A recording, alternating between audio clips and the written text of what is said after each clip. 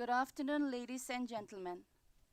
It is my distinct honor and privilege to extend a warm welcome to each of you as we gather to celebrate the first anniversary of our institution, the National Law University Meghalaya. We are deeply honored to welcome a distinguished assembly of dignitaries, esteemed guests, respected faculty members, dedicated students, and valued well-wishers among us. To commence this auspicious occasion, we welcome the Honorable Minister of Law and Justice, respected Shri Arjun Meghwal, who is joining us online. We express our heartfelt gratitude for his presence. We welcome our respected dignitaries on the stage, Honorable Mr. Justice S. Vaidyanathan, Chancellor of NLU Meghalaya and Chief Justice of the High Court of Meghalaya, and his lady wife, respected Srimati Rajeshwari Vaidyanathan. Honorable Law Minister, Government of Meghalaya, respected Srimati Dr. Mazel Ampareen Lyngdoh. Honorable Mr. Justice Hamarsan Singh, thank you. Honorable Mr. Justice Wanlora Lyngdoh. Honorable Mr. Justice Biswati Bhattacharjee. Honorable Chief Secretary to the Government of Meghalaya, respected Shri P Wahlang. Honorable Vice-chancellor, Northeast Hill University, Professor P.S. Shukla, and the Honorable Vice-chancellor of the National Law University of Meghalaya, Professor Indrajit Dube. We request the respected dignitaries on the stage to kindly come forward for the ceremonial lighting of the lamp.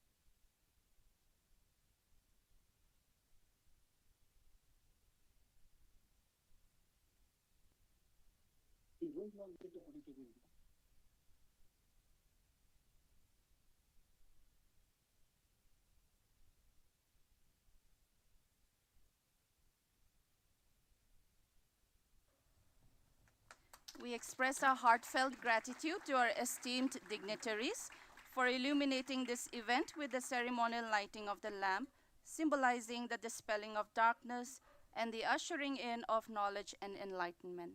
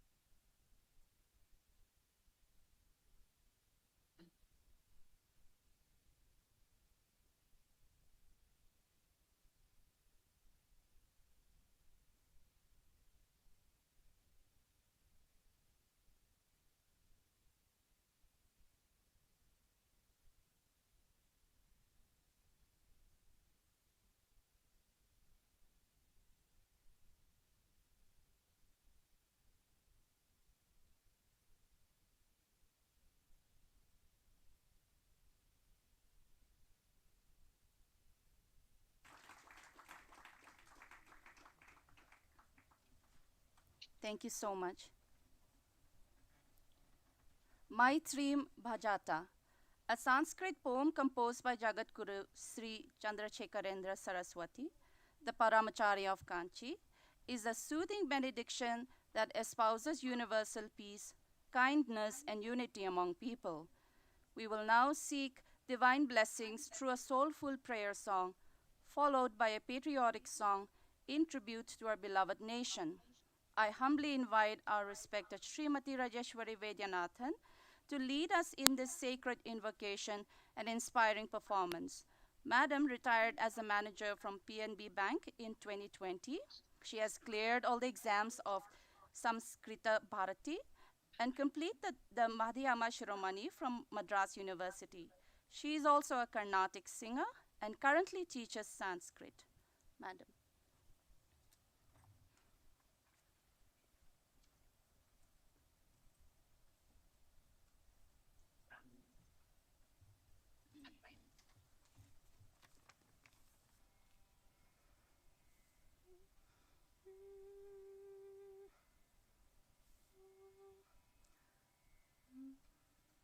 Vande Mataram, Vande Mataram, Sujalam, Suphalam, Malaya Shitalam, Shasya Shamalam, Mataram, Vande Mataram, Shubhra Jyotsna Pulakitayamini, Pullakusumita Drumadala Shobhini, Suhasinim, Sumadhura Bhashini, Sukhadam Varadam Mataram, Vande Mataram, Vande Mataram.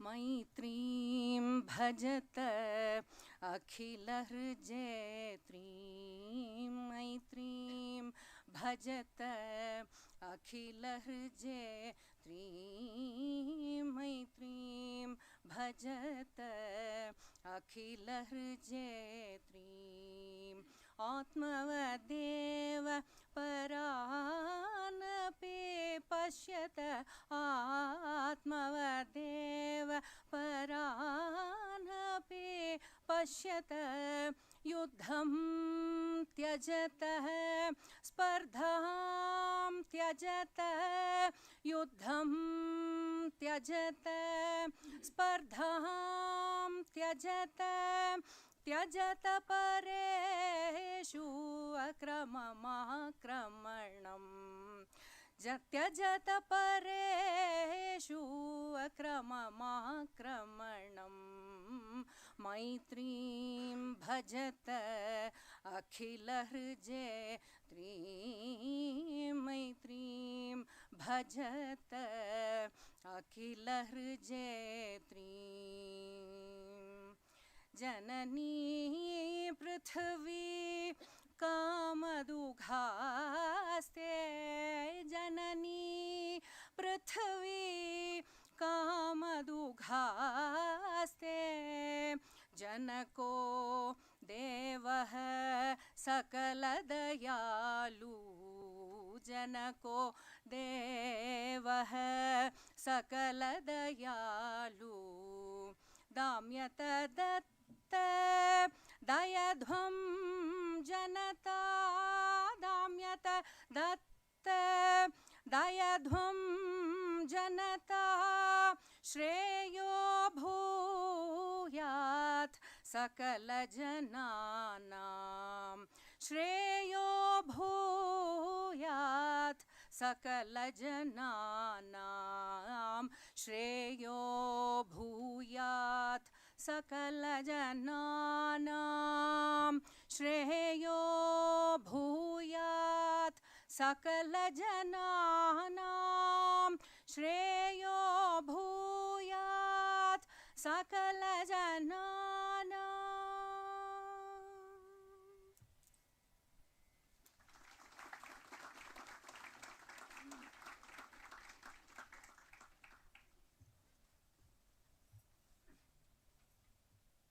Thank you, Madam, for the inspirational performances.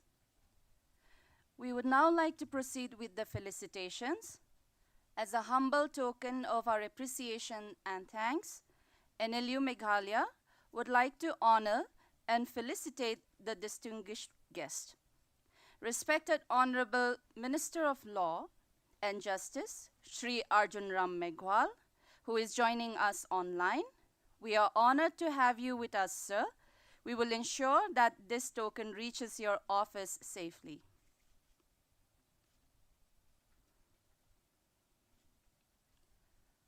Honorable Chancellor of NLU Meghalaya and Chief Justice of the High Court of Meghalaya, Honorable Mr. Justice S. Vaidyanathan.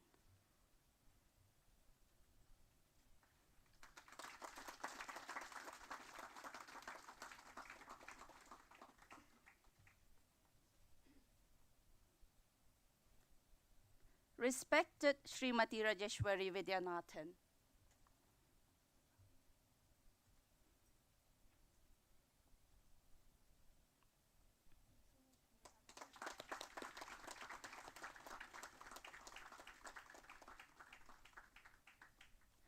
Honorable Law Minister, Government of Meghalaya, respected Srimati Dr. Mazel Ampareen Lyngdoh.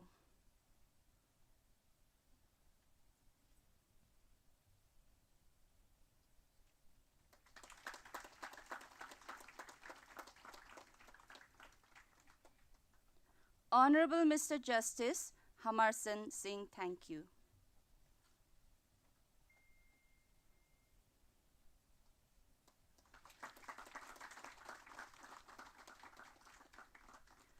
Honorable Mr. Justice Wanlura Lyngdoh.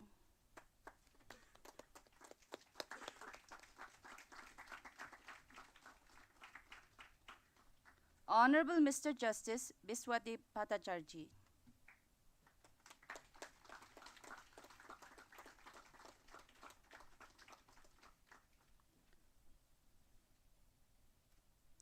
Honorable Chief Secretary to the Government of Meghalaya, respected Shri P Wahlang.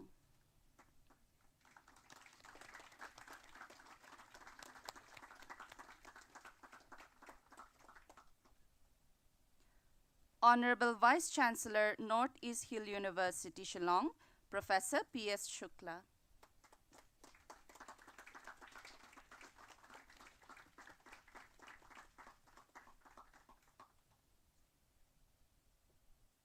Thank you, sir.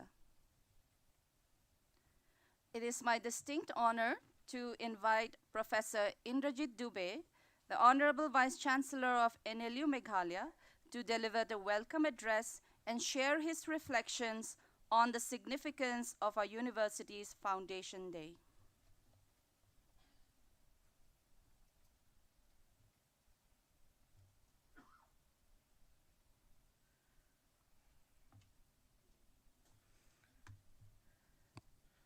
Good afternoon and welcome you all to NLU Meghalaya.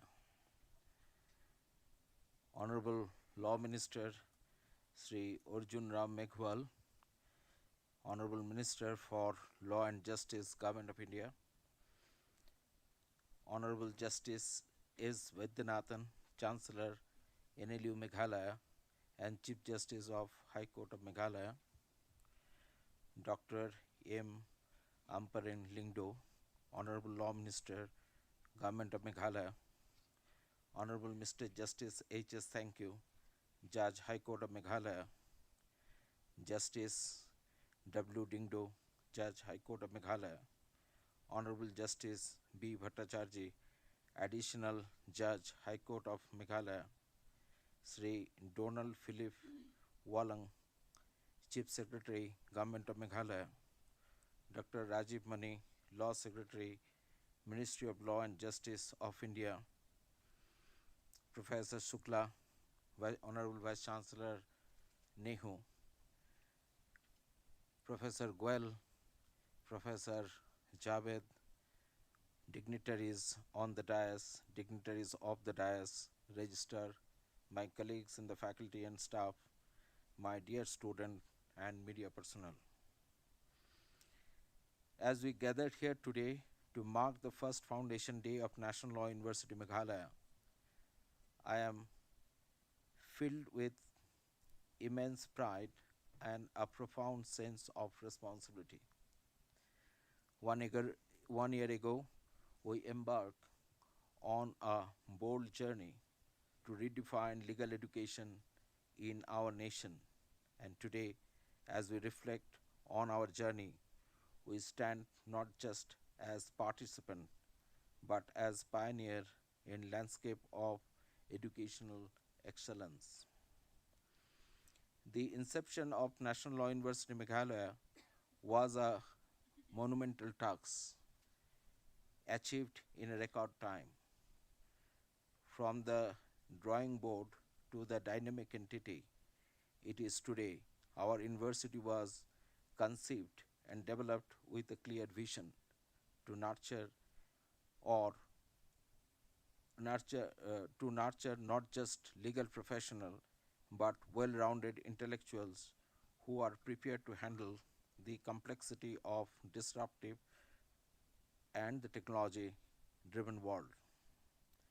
Our innovative undergraduate and postgraduate programs, including dual degree in data science, fintech, public policy, coupled with law, and the first of its kind in India, reflecting our commitment to pioneering the education that anticipates the future while addressing the need of today.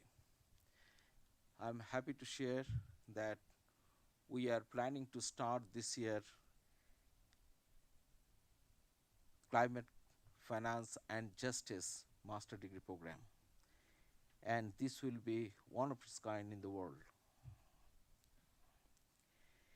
In a world where the boundaries of the law extend beyond dispute resolution to encompass governance and societal leadership, our mission extends to develop the kind of manpower that is not just equipped but inspired to lead such changes. We are training our students to be the architect of the governance with a robust foundation in evidence-based decision making and policy rationalization. This approach aims to foster an egalitarian society, well-governed and forward-thinking. Education, in our vision, is not just an act of a mere information delivery. It is an empowerment to learn, to think critically, and to innovate. In this technology-driven era, our focus is on teaching our students how to learn, encouraging them to think critically, communicate effectively, collaborate efficiently, and create innovatively. These skills are the pillars upon which the future of the education must stand, not just to thrive, but to lead in an exponential changing world. Let us consider the narrative we are created here at NLU Meghalaya. It is not merely about imparting knowledge, but about shaping a mindset equipped for ethical reasoning, value-driven leadership, and societal thinking.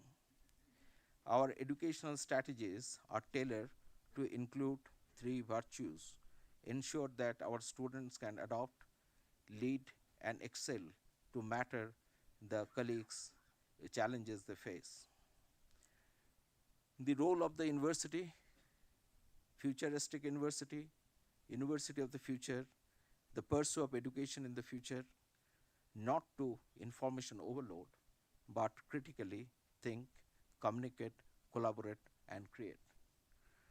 To expand the thoughts further, collaborate, communicate, content, critical thinking, innovation, and confidence. In our short history, we have already laid down a significant milestone.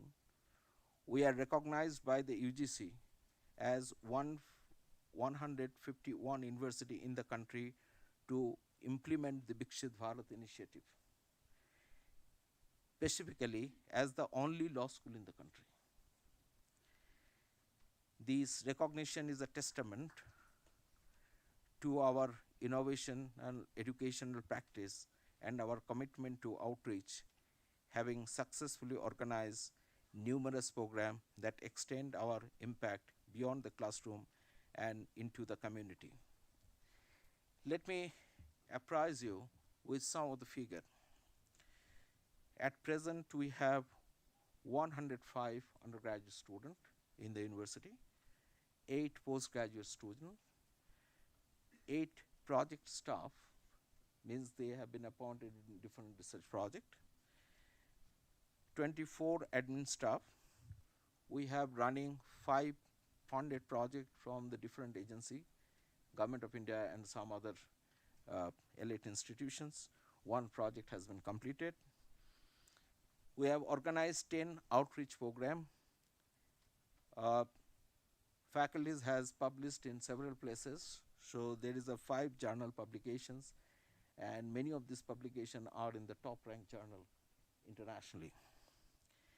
There was a 5 book chapter and 5 conference proceeding. Our aspiration for the future are bold, including the project like NLU Digital Twin University and the Language Conversion of Judgment Act statutes to make the legal knowledge more accessible. These projects are not just aspirational, but foundational, for they represent the future of the legal education and the practice. Today, as we look around, our achievements are not just in the programs we have crafted or initiative we have undertaken. They are vividly alive in the faces of our students, in the dedication of our faculty, and the support of our staff. To all of you, I extend my deepest gratitude. Your relentless effort and unwavering commitment are what transform our collective vision into reality. I would like to express my profound appreciation to the government and the judiciary, whose unconditional support has been pivotal. The collaboration stands as a beacon of what we can achieve together for the greater good of our society and for the future of legal education. In conclusion, as we celebrate this milestone, let us renew our commitment to the vision that founded the National Law University Meghalaya. Let us communicate to innovate, inspire, and lead with integrity, preparing ourselves not just to respond to the future, but to define it. Together, we are not just participating in the history, we are making it. Thank you. Kupla Isiban Mithila.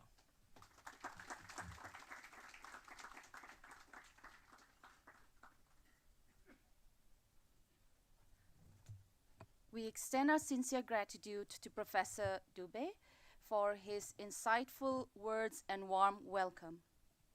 We will now have the presentation of a short video titled NLU Meghalaya, A Year in Review, which highlights the achievements and milestones of our university in its inaugural year.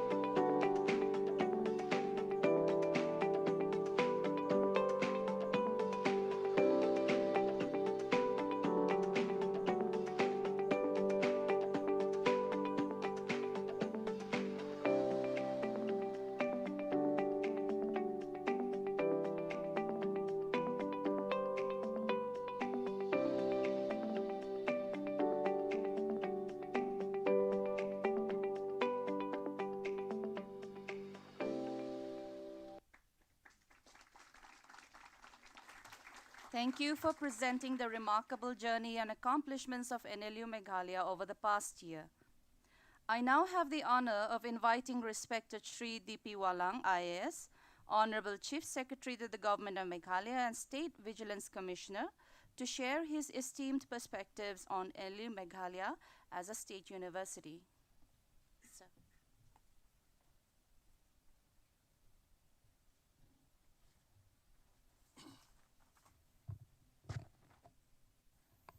Thank you, Dr. Elika.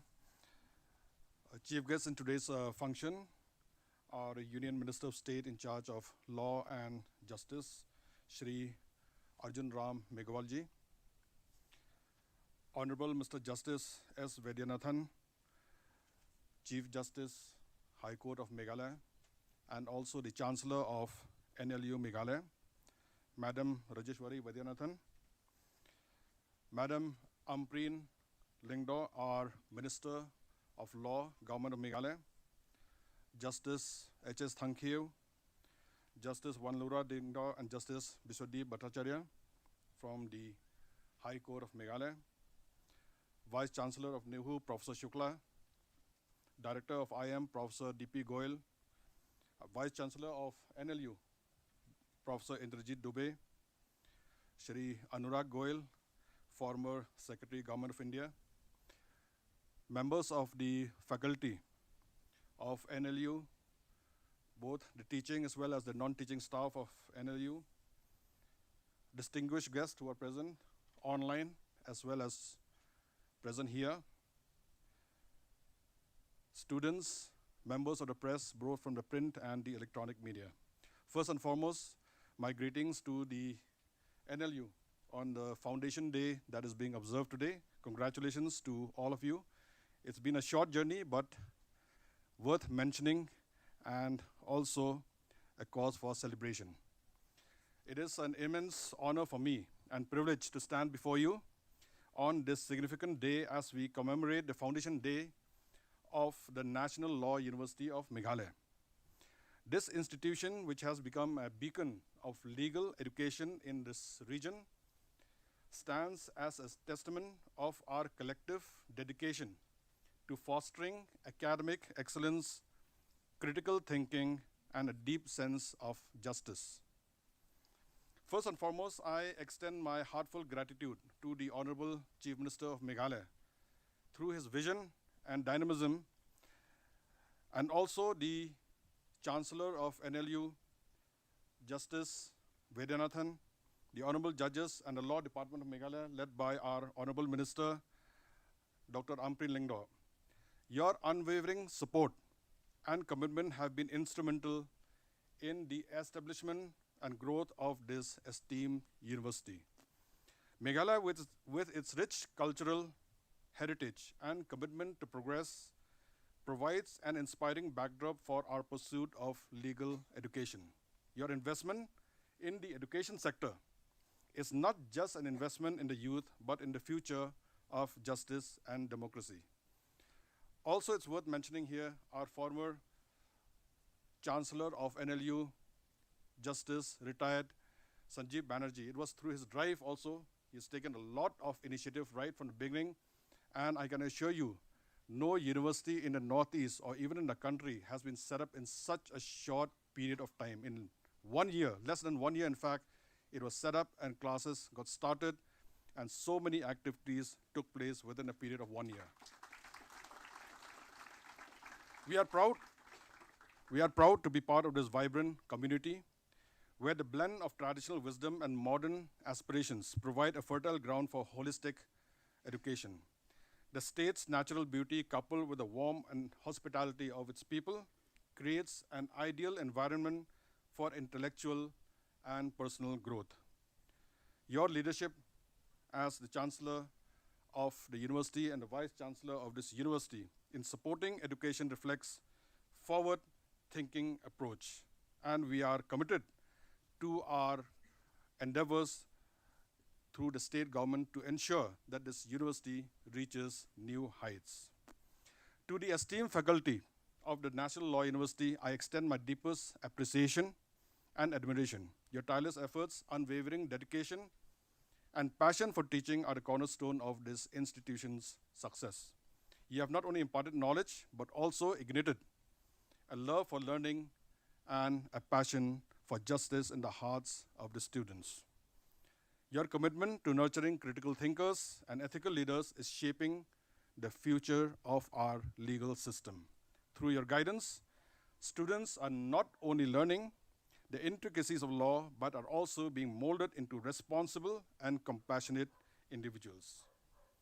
To the students who are studying here, all the 105 undergraduate students and the postgraduate students who are the heart and soul of this university, I say this: you are the future of our legal system, the defenders of justice, and the torchbearers of truth. Your journey here is not just about acquiring knowledge, but also about developing a strong ethical foundation and a commitment to upholding the principles of justice. Embrace this opportunity with passion and dedication. Challenge yourselves to think critically, question the status quo, and strive for excellence in everything you do. Remember that the law is not just a profession, but a calling to serve, to protect, and to advocate for those who cannot advocate for themselves. Your time at the National Law University will equip you with the skills and knowledge needed to navigate the complexities of the legal world. But more importantly, it will imbue you with a sense of responsibility towards society. Use your education to make a difference, to fight for justice, and to be a change you wish to see in this world. As you move forward in your academic and professional journeys, carry with you the values of integrity, empathy, and a relentless pursuit of justice. These values will not only define your career, but will also contribute to the betterment of society. Your generation has the power to shape the future, and I have no doubt that you will rise to the occasion with courage and conviction. As we celebrate this Foundation Day, let us remember that our journey is a collective one. Our collaboration in the field of supporting legal reforms and governance, along with evidence-based policy making, will make governance and administration better and will benefit the citizens of the state.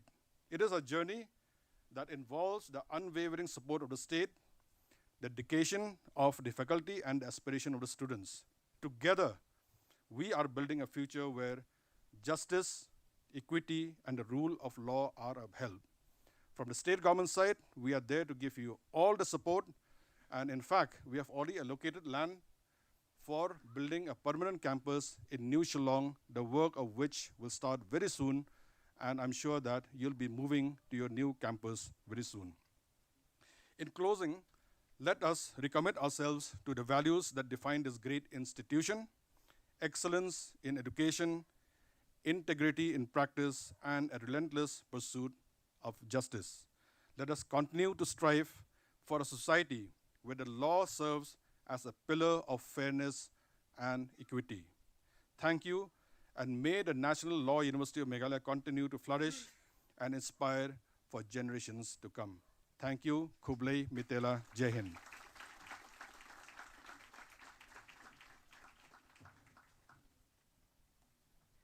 Thank you, respected sir, for your encouraging words.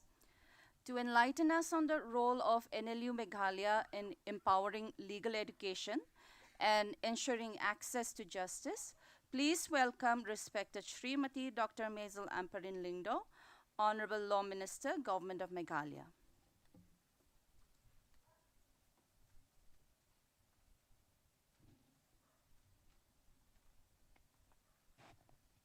Very good afternoon to one and all.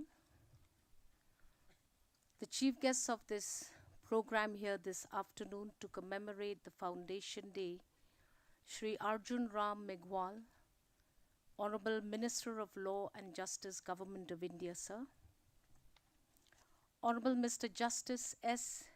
Vaidyanathan, Chancellor, National Law University, Meghalaya, and Chief Justice of the Meghalaya High Court.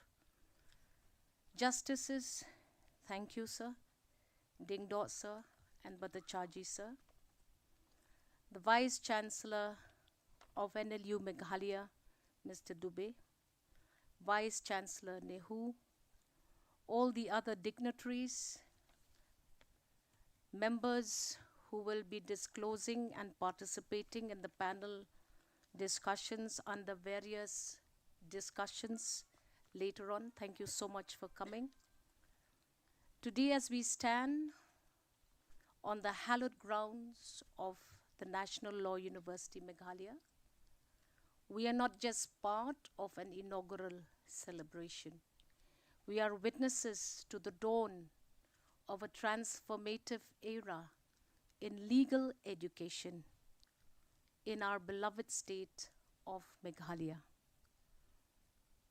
I, on behalf of the Honorable Chief Minister, who could not be here in person, congratulate National Law University Meghalaya under the leadership of Mr. Dube on this grand Foundation Day. Next year, we hope that once we are at Maukhanu, we will do justice to the kind of teaching and learning that will happen in the state through this university. We are today in an age where the complexities of our society deepen with each passing day. The role of legal education has never been more critical. It is not just about understanding the law. It is about understanding the very fabric of society that the law seeks to serve. Here at NLU Meghalaya, I am happy to be informed that we are pioneering a multidisciplinary approach that prepares our students not just to navigate the law, but to understand its implications across various sectors. Here at NLU Meghalaya, we have a holistic vision. And this holistic vision is brought out very carefully in the syllabus that this university will offer to students seeking to master law as an academic career. The various branches of studies that we have in NLU is another pride on its own. And I do wish the faculty and its Vice-chancellor the very best to ensure that we create this niche that will be appreciated by this country and across the globe. I believe that we are building an institution where the rule of law is taught alongside the rules of life, where students learn to be not just excellent lawyers, but also be compassionate citizens and visionary leaders. Our mission here is very clear: to illuminate minds and to empower a new generation to use their legal acumen to lead, to inspire, and to effect positive change. Here, legal education is not just confined to textbooks and courtrooms. It extends to understanding the world and making it a better place for all of us to live in. We also inculcate in this university passionate learning opportunities. And I hope through interactive learnings, real-world problem solving, and community engagement, our students will not only acquire knowledge, but also will have the enthusiasm to apply it constructively. We also try our level best through the syllabi to cultivate ethical jurists and innovators. These are 105, and those that will follow in the years to come, will be pioneers, not just in their professional careers, but in their approach to handling the pressing ethical dilemmas of our time. I, therefore, on behalf of my Chief Minister, the Cabinet, and the people of the state of Meghalaya, call upon each one of you, the students, the faculty, and our esteemed partners in this journey, to collaborate with a spirit of innovation and a heart full of courage. Together, we will tackle, amidst this beautiful campus and the future campus that will come, to tackle the challenges of our day, turning obstacles into opportunity for growth and learning. Yes, we have a big challenge. The students of the people of the state of Meghalaya will require some hand-holding so that this institution becomes a privilege predominantly for them first. We will have to work hard, Mr. Dube. We will have to go across colleges. We'll have to popularize legal studies as a profession and a choice for a career for young people. And I hope that in this journey that we will take together, we will proceed and we will give hope, determination, and 100%. You have the backing of this government, and we will leave no stone unturned to ensure that we provide for the best learning environment, give you memories that you will cherish all through your life if you are a student, and you will take back home not just these memories, but the learnings that you have received in the beautiful state of Meghalaya. With these few observations, thank you once again, everyone, the officers of the Law Department, in the leadership of Bar Cyril and Bar Debu, our registrar, who's also a very important person, motivating person, who can also help us understand this cause a little more efficiently. On a hand side, I wish to see that we have legislative studies in the state of Meghalaya. Today, the State Meghalaya Assembly requires this important guidance of individuals who will guide us, the legislators, to utilize the services of our legislatureship and to ensure that we are guided by lawmakers who understand legislature as a whole. I hope that one day we will also have a center such as that in this institute. And with these few observations, Kublai Shibon, Methila, Jai Hind.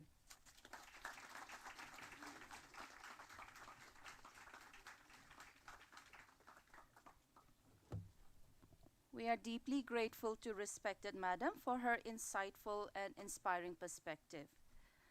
It is now my privilege to invite Honorable Mr. Justice S. Vaidyanathan, Chancellor of NLU Meghalaya and Chief Justice of the High Court of Meghalaya, to share his address on NLU Meghalaya, a vision for the future.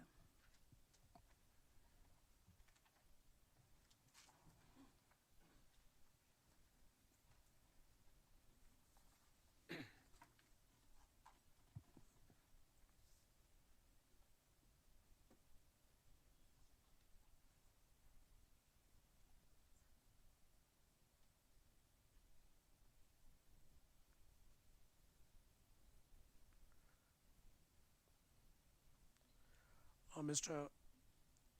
Arjun Ram Meghwal, Honorable Minister for Law and Justice, Government of India, my dear friends on the dais and off the dais, good evening to all. It gives me immense pleasure to participate in this function, more so the Foundation Day program.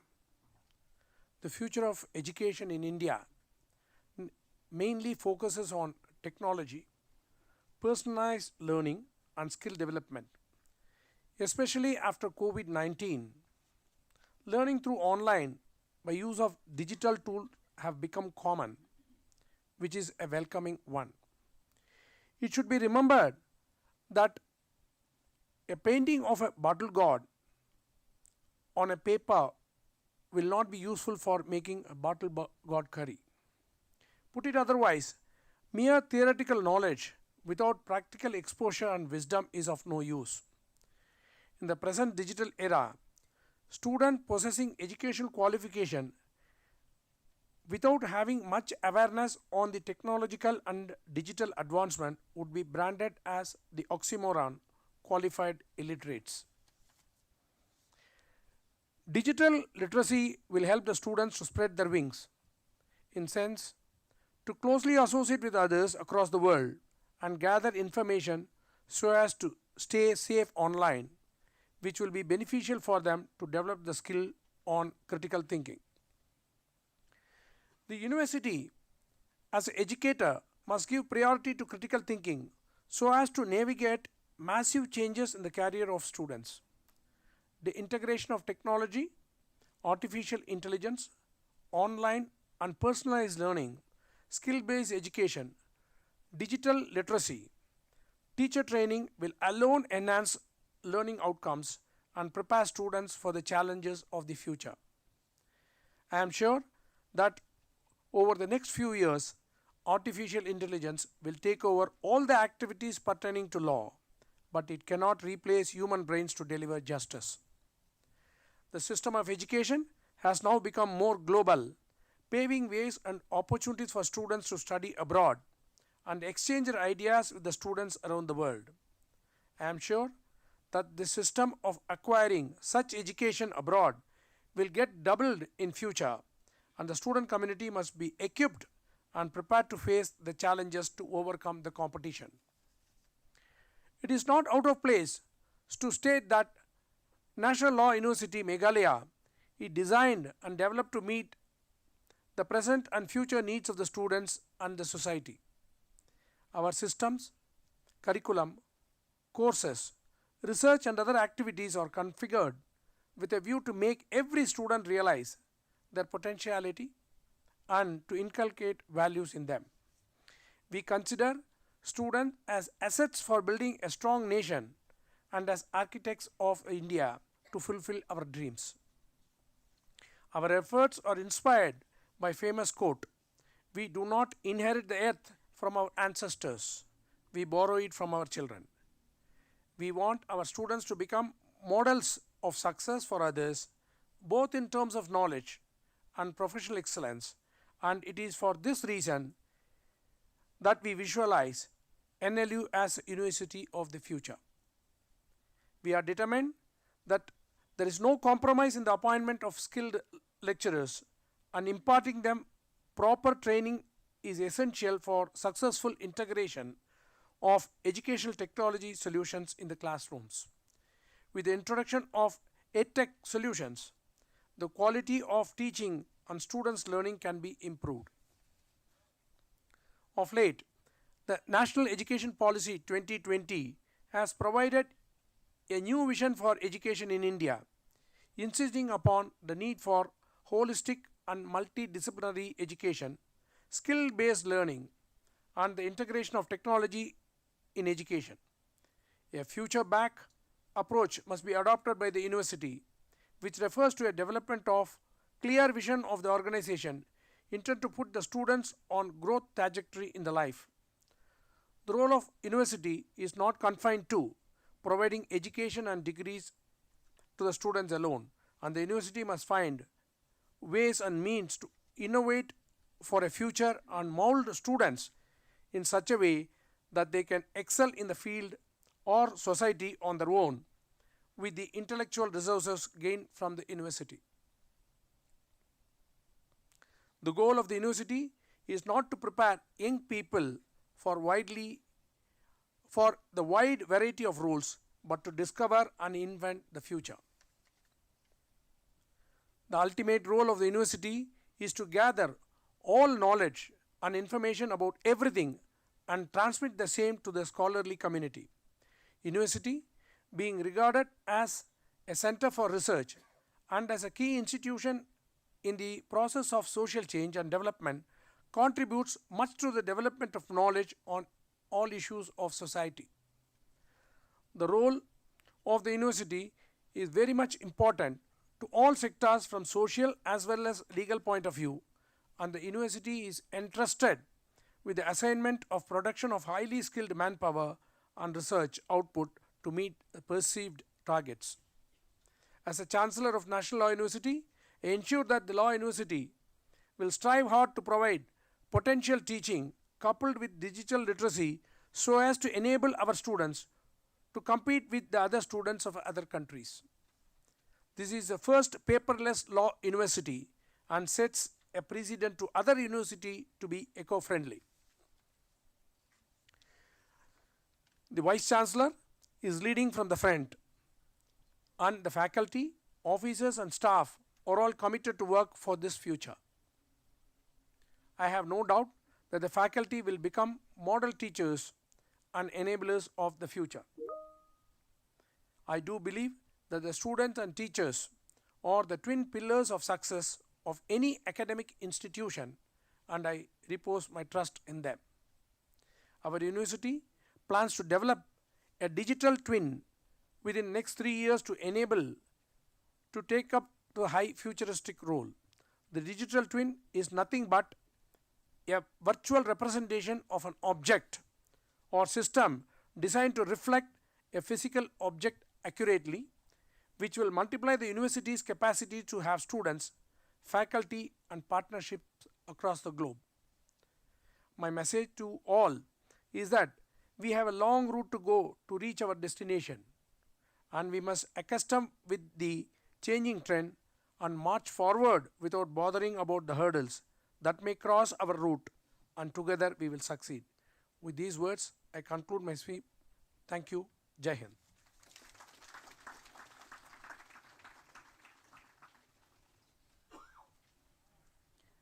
We extend our sincere thanks to His Lordship for his visionary and inspiring address. I now have the distinct honor of inviting our chief guest, respected Shri Arjun Meghwal, Honorable Minister for Law and Justice, Government of India, to share his esteemed perspectives on legal reforms in India.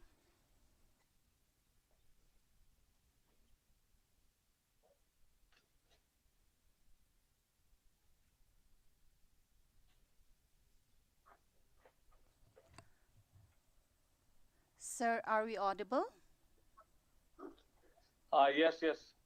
I'm audible. Yes, sir. Thank you. Sir, we'd like to request you to proceed with your address. We are waiting for you, sir. Thank you so much. Okay, thank you. Thank you. Thank you.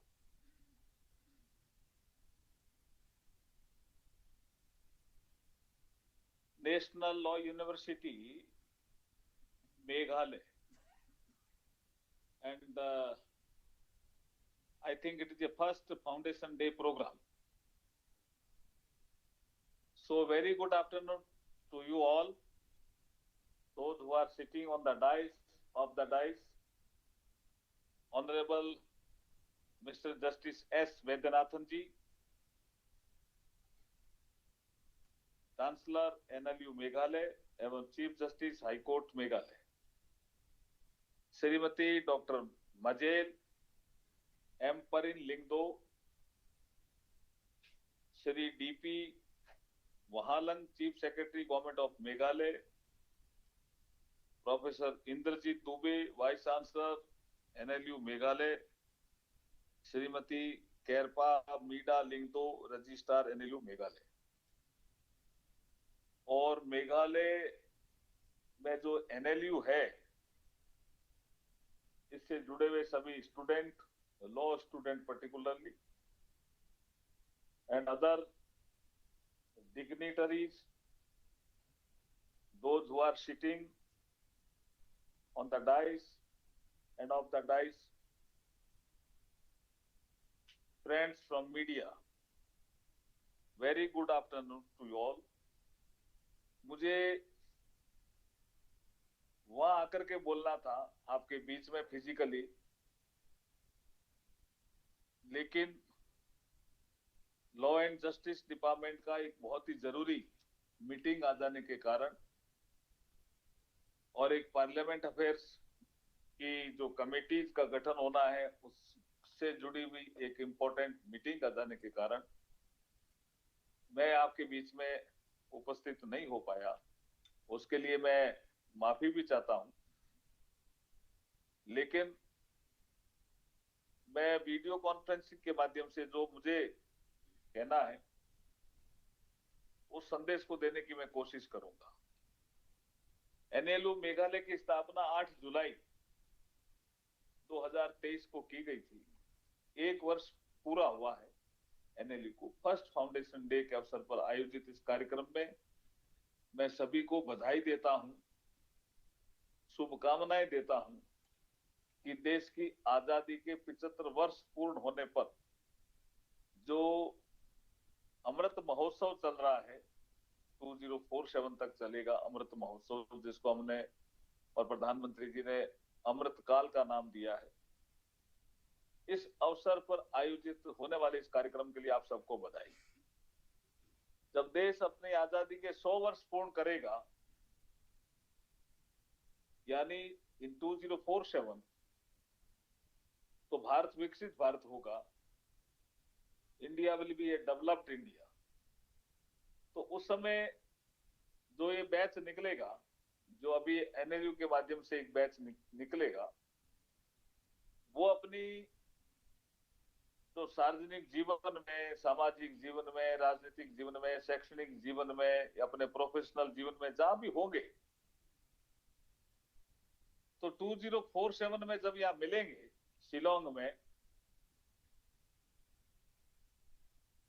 Alumni के तौर पे मिलेंगे या कोई conference के तौर पर मिलेंगे, लॉयर्स जजेस की भूमिका क्या रहेगी उसके तौर पे मिलेंगे, तो इस परिप्रेक्ष्य में विकसित भारत की यात्रा में नॉर्थ ईस्टर्न स्टेट में इस स्थान की या इस जगह की और इस संस्थान की बहुत बड़ी भूमिका रहने वाली है।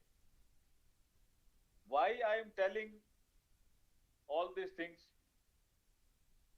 Because I know that you might be knowing that on 27th July 2015, Dr. APJ Abdul Kalam, the former President of India, he has delivered a lecture in IIM Shillong, and the theme of the lecture was Making the Livable Planet Earth. हम पृथ्वी पर जो रहते हैं, ये एकमात्र ऐसा planet है जहां हम रह सकते हैं। इसलिए 2047 तक जब भारत विकसित भारत होगा, तो जितने भी नागरिक हमारी इस भारत भूमि पर रहते होंगे उस समय, वो सब हैप्पी हों, अच्छी जिंदगी जीने वाले हों और दुनिया को दिशा दिखाने वाले हों। और नॉर्थ ईस्ट स्टेट में मेघालय बहुत ही डेवलप्ड स्टेट उस समय हो, ऐसी मैं शुभकामना करते हुए मेरी बात शुरू करता हूं। फर्स्ट फाउंडेशन डे कार्यक्रम की थीम जो आपने रखी है, vision for the future of legal education and practice in India, it's a very important theme. That theme you have chosen, I congratulate to them who have chosen this theme. प्रधानमंत्री श्री नरेंद्र मोदी जी ने कई बार जिक्र किया कि भारत 20वीं सदी की पुरानी व्यवस्थाओं और कानूनों से 21वीं सदी के लीडर के रूप में आगे नहीं आ सकता।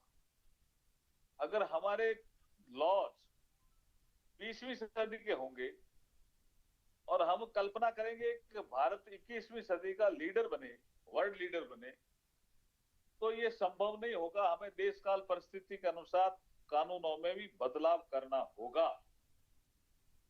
इसलिए आपने देखा होगा कि हमने नेशनल एजुकेशन पॉलिसी 2020 बनाई, लागू की।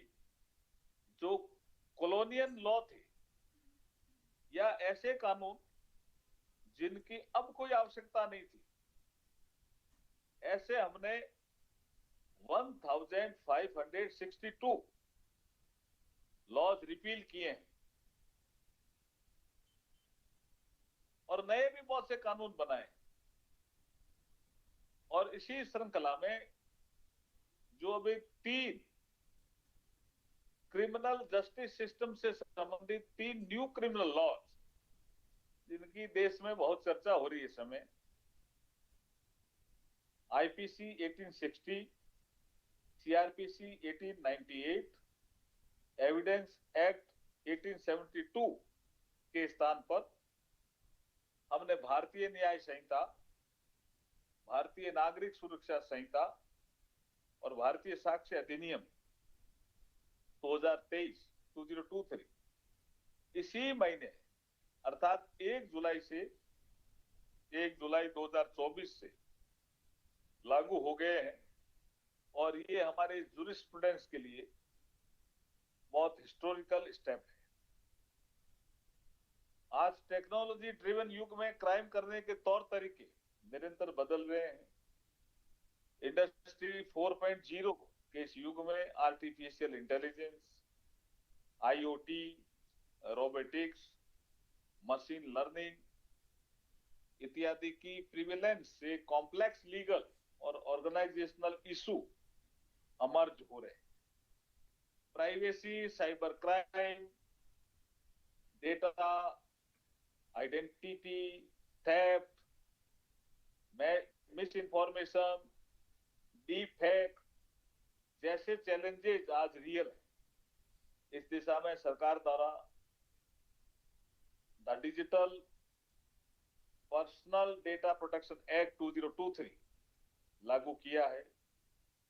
इसी संदर्भ में जो एकेडमी में काम करने वाले प्रोफेसर स्टूडेंट हैं, उनके लिए ला यूनिवर्सिटी में पढ़ने वाले स्टूडेंट और प्रोफेसर्स के लिए मैं कहना चाहूंगा कि इस बदलते परिवेश में गंभीरता से रिसर्च करके फ्यूचरिस्टिक सॉल्यूशन पर काम करने की जरूरत है।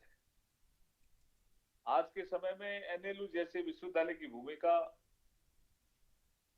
सिर्फ विद्यार्थियों को पढ़ाना ही नहीं है, बल्कि बार एंड जुडिशरी के साथ इंस्टीट्यूशनल रूप से जुड़कर ऐसी व्यवस्था का निर्माण करना है जिससे आने वाले समय में लॉयर व जुडिशियल कम्युनिटी के लिए चैलेंजेस पर रिसर्च व प्रॉब्लम सॉल्विंग स्किल्स पर हम कार्य कर सकें। इस इंस्टीट्यूशनल कोलैबोरेशन की जरूरत को ध्यान में रखकर मैं एक उदाहरण देना चाहूंगा कि टेक्नोलॉजी के इंटरवेंशन से किस प्रकार से विवादों व मुकदमेबाजी में कमी लाई जा सकती है। भारत सरकार ने ड्रोन टेक्नोलॉजी और जियो टैगिंग के उपयोग से पीएम स्वामित्व योजना के तहत ग्रामीण क्षेत्रों में निवास करने वाले लोगों को जमीन का मालिकाना हक प्रदान कराया जा रहा है। इससे एक तरफ भूमि विवाद कम हो रहे हैं, दूसरी तरफ न्याय प्रणाली में लंबित मामलों का भार हल्का हो रहा है। Again I am reiterating it, drone technology व geo tagging it's a very important tool. इससे जो स्वामित्व योजना है या गांव में ये जमीन किसकी है, ये पट्टा किसका है, इसके विवाद, बड़े विवाद होते थे, उसमें कमी आई है और असली हकदार कौन है इसका पता लगा करके उनको पट्टे जारी किए जा रहे हैं। इसी प्रकार फॉरेंसिक विज्ञान को समर्पित नेशनल फॉरेंसिक यूनिवर्सिटी से जुड़कर स्टूडेंट, लॉ फैकल्टी, जुडिशरी लघु पाठ्यक्रम तैयार करके कैपेसिटी बिल्डिंग को बढ़ावा दे सकते हैं। कानूनी शिक्षा को भी बदलते समय और टेक्निक के अनुरूप ढलने की जरूरत है। अपराधों जांच व सबूतों में नवीनतम रुझानों को समझने पर ध्यान केंद्रित करना आवश्यक होगा। जैसे अभी हम बात करें न्यू क्रिमिनल लॉज की, इसमें जो ई प्लेटफॉर्म है, ये सबसे महत्वपूर्ण इसमें इनोवेशन है। नए कानून उपयोगी है, आप सबको पता भी है। इसमें 0 FIR का प्रोविजन है, इसमें कम्युनिटी सर्विस का प्रोविजन रखा है। कम्युनिटी सर्विस भारत का बहुत ही पुराना एक ऐसा माध्यम था न्याय देने का, जहां कम्युनिटी कहती थी छोटा अपराध किया है, उसको ट्रायल और प्रोसेस से गुजरने के बजाय कम्युनिटी के कुछ लोग जो पंच होते थे वो बैठ करके निर्णय करते थे, चलिए आप तालाब की सफाई करो, तो पॉन्ड साफ हो जाता था और हमारा एक रचनात्मक कार्य संपादित होता था और उसको भी पता चलता था मुझे सजा मिली है, लेकिन वो कम्युनिटी सर्विस के माध्यम से सजा को भी अच्छी तरह से वो महसूस भी करता था और पास भी कर लेता था। अभी चलिए ये एक कम्युनिटी के लिए मैंने अच्छा काम किया, मेरे से गलती हुई, इसको समाज ने मुझे सजा दी, तो वो कम्युनिटी सर्विस, ये इसका प्रावधान न्यू क्रिमिनल लॉज में किया है। ई प्लेटफॉर्म, अब आप देखिए हमेशा ये बात आती थी कि भाई जुडिशरी ने निर्णय सुना दिया, लेकिन वो कैदी 2 दिन बाद क्यों छूटा, ये हमारे लिए रोज प्रॉब्लम होती थी। अब क्या होगा कि जो प्रिजाइडिंग ऑफिसर होंगे, मींस जजेस, वो जैसे ही निर्णय सुनाएंगे वो ई कोर्ट प्लेटफॉर्म पे चला जाएगा और ई कोर्ट प्लेटफॉर्म से वो ई प्रिजन पे चला जाएगा, और जब ई प्रिजन पे चला जाएगा तो सर्टिफाइड कॉपी की जरूरत नहीं होगी जुडिशियल प्रोनाउंसमेंट क्या हुआ, और उसको ई प्रिजन प्लेटफॉर्म पे देख करके जो जेल के सुप्रीडेंट होंगे वो कैदी को छोड़ देंगे, तो 10, 15, 20 मिनट में ही ये काम हो जाएगा। अन्यथा 2 दिन 3 दिन लगते थे, सर्टिफाइड कॉपी नहीं आई, और कभी कभी तो ऐसा होता था कि कॉपी पहुंचते पहुंचते 6 बज जाती थी तो सुप्रीडेंट कहते थे जेल बंद हो गई, कॉपी तो मिल गई लेकिन जेल बंद हो गई, आप सुबह आओ। तो अननेसेसरी वो जेल से छूटा, वो कोर्ट से छूटा हुआ आदमी है, लेकिन अननेसेसरी उसको अधिक समय के लिए, अधिक दिनों के लिए जेल में रहना पड़ता था। तो ये सारी दुविधाएं दूर हुई है इस न्यू क्रिमिनल जस्टिस सिस्टम से, और ये इसलिए कानून उपयोगी है, इसमें टेक्नोलॉजी का भी भरपूर प्रयोग है, और जहां जहां आवश्यकता थी उसमें अमेंडमेंट भी किया गया है, क्योंकि अंग्रेजों को तो भारतीय नागरिकों को दंड देना था, नरेंद्र मोदी जी को न्याय देना है, इसलिए हम भारतीय न्याय संहिता लेकर के आए, नागरिकों को सुरक्षा देनी है इसलिए भारतीय नागरिक सुरक्षा संहिता लेकर के आए। अब साक्ष्य अधिनियम में, एविडेंस एक्ट में आप देखेंगे जूरी, क्राउन, लाहौर, आपके प्रीवी काउंसल, ऐसे सब उसमें आज भी थे, इसकी क्या जरूरत थी, ऐसे सब हटाए गए हैं।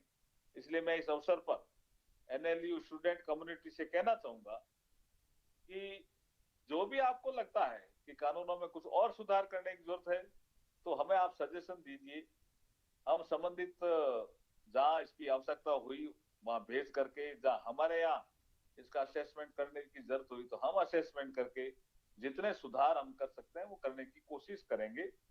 और कोई ग्रे एरिया आपको लगता है तो आप कोई ग्रे एरिया आइडेंटिफाई करके उसमें भी टेक्नोलॉजी के प्रोएक्टिव उपयोग से आम जन को कैसे राहत दी जा सकती है, इस दिशा में आप काम करेंगे तो बहुत अच्छा लगेगा हमें भी, सबको भी और भावी पीढ़ी को भी। डिजिटलीकरण के से अदालतों में ऑनलाइन कार्रवाई का प्रचलन बढ़ा है, टेली लॉ जैसे नवाचारों से दूर दराज के इलाकों में लोगों तक न्याय की पहुंच सुलभ हो रही है। इसमें भी अगर आपको कोई सुझाव देना है, टेली लॉ, प्रो बोनो, जो हम लीगल एड देते हैं, इसमें अगर आपको लगता है कि इसमें ये सुधार करेंगे तो बेटर होगा, तो हम निश्चित रूप से आपके सुझाव को ध्यान में रखते हुए मंत्रालय में अगर संशोधन भी करना पड़ा, स्कीम में सुधार भी करना पड़ा, तो हम करने का प्रयास करेंगे। मैं पुनः आप सबको इस अवसर पर बधाई देता हूं और शुभकामनाएं देता हूं, और आपको पुनः स्मरण कराता हूं कि ये शिलोंग की धरती महत्वपूर्ण है क्योंकि इसमें 27 जुलाई 2015 को हमारे former president of India honourable APJ Abdul Kalam sahab का जो लास्ट स्पीच था, और उसके बाद वो दुनिया में नहीं रहे, लेकिन उनका स्पीच बहुत महत्वपूर्ण था और टॉपिक भी बहुत महत्वपूर्ण था, making the liveable planet Earth. बहुत ये सुंदर धरती है हमारे देश की, मेघालय की, शिलोंग की, इसको आप सुरक्षित भी रखेंगे और इस धरती पे आपने चूंकि जन्म लिया है, इसलिए श्रेष्ठ नागरिक बन करके समाज की भी सेवा करेंगे और देश की भी सेवा करेंगे और अपने परिवार में भी अपना नाम ऊंचा रखेंगे, ऐसी मैं शुभकामनाएं देता हुआ, और संस्थान में, जिस संस्थान में आप पढ़े हैं उनका भी आप नाम ऊंचा करेंगे, ऐसी मैं शुभकामनाएं देता हुआ अपनी वाणी को विराम देता हूं। आप सबको बहुत बहुत धन्यवाद। पुनः आप सबको शुभकामनाएं। सबको बहुत बहुत धन्यवाद।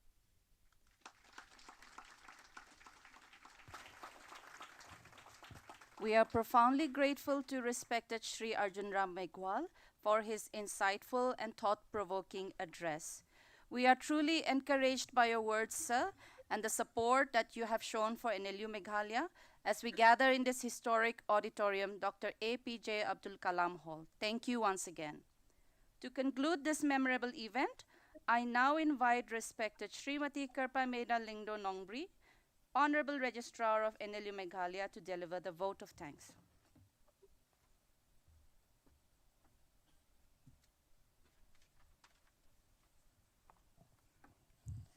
A very good afternoon. Honorable Union Law Minister, Government of India, Shri Arjun Ram Meghwal, Honorable Chief Justice, High Court of Meghalaya, Justice S. Vaidyanathan, and Madam H. Rajeshwari, Honorable Minister of Law, Government of Meghalaya, Dr. Mazel, Ampareen, Lyngdoh, Honorable Judges of the High Court of Meghalaya, Justice H.S. Thank you, Justice W. Lyngdoh, and Justice B. Bhattacharjee, respected Chief Secretary, Government of Meghalaya, Shri D. P Wahlang, Professor Indrajit Dube, Vice-chancellor, National Law University, Meghalaya, all dignitaries on and off the dais, the guests who have joined us online, judicial officers, ladies and gentlemen, students, parents, and all present here today. Thank you for joining us on our first Foundation Day celebration. On behalf of the National Law University, Meghalaya, I wish to express our immense pleasure to the university's completion of its one-year journey since being established. The university has seen nothing but growth for the past 12 months, not because of an isolated effort, but because of the unwavering support received from many quarters. The presence of the Honorable Minister for Law and Justice, Government of India, Shri Arjun Ram Meghwal, as chief guest, marks an important aspect of recognition which the university is receiving. May it be mentioned that the Honorable Minister has accepted the invitation and worked out his tight schedule to be present with us today despite having to squeeze in between engagements. The university wishes to express its gratitude to the Honorable Minister and assures that it will continue to press forward and not belittle the support and recognition that it has received. Adding to this, and in line with appreciating the support received from the ministry, the presence of Dr. Rajiv Mani, Secretary to the Government of India, Ministry of Law and Justice, Department of Legal Affairs, who will be joining later as a panelist for the panel discussion, is deemed extremely valuable as it marks the support which the ministry is rendering towards the growth and well-being of the National Law University, Meghalaya. Going back to the establishment of the university via the National Law University Act 2022, and for the set period till date, the university expresses its gratitude for the maximum support received from the state government, as it would not have stood a single day but for the assistance, aid, and endorsement received from it under the dynamic leadership of our Honorable Chief Minister, Shri Conrad K. Sangma, who, due to pressing circumstances, could not be here with us today. Our respected Chancellor, Honorable Justice S. Vaidyanathan, Chief Justice of the High Court of Meghalaya, whose support is clearly evident during your recent interaction, sir, with the newly admitted students as part of the orientation program, and your Lordship's presence today, sharing words of encouragement for the university's future with a vision our heart endearing. And we thank you, sir, for also breaking the awkward silence while we wait with your amiable sense of humor. Our Honorable Law Minister, Dr. Mazel Ampareen Lyngdoh. Thank you, ma'am, for constantly being in touch with the growth and development of the university right from its inception. Your expressive deliberation on the role of NLU Meg as a tool and as an institution in empowering legal education and access to justice is thought-provoking. It's always encouraging to have you as part of the university, and we look forward to your constant support. A word of gratitude is also extended to the Honorable Minister of Education, Shri Rakam A. Sangma, although who is unable to join us today, whose support should not go unnoticed. The Honorable High Court of Meghalaya and the involvement of their lordships, Honorable Justice H.S. Thank and Honorable Justice W. Dingdaw in this one-year journey is felt deeply where their wisdom and guidance is often sought for. Your lordships' presence today and the presence of Honorable Justice B. Bhattacharjee affirms the close affiliation that this university has with the High Court Registry. Together, we will continue to strive forward. As mentioned, the state government has been behind the establishment and growth of the National Law University Meghalaya. Respected Chief Secretary to the Government of Meghalaya, Shri D. P. Wahlang, thank you, sir, for being a part of our journey as NLU Meghalaya stands as a state university.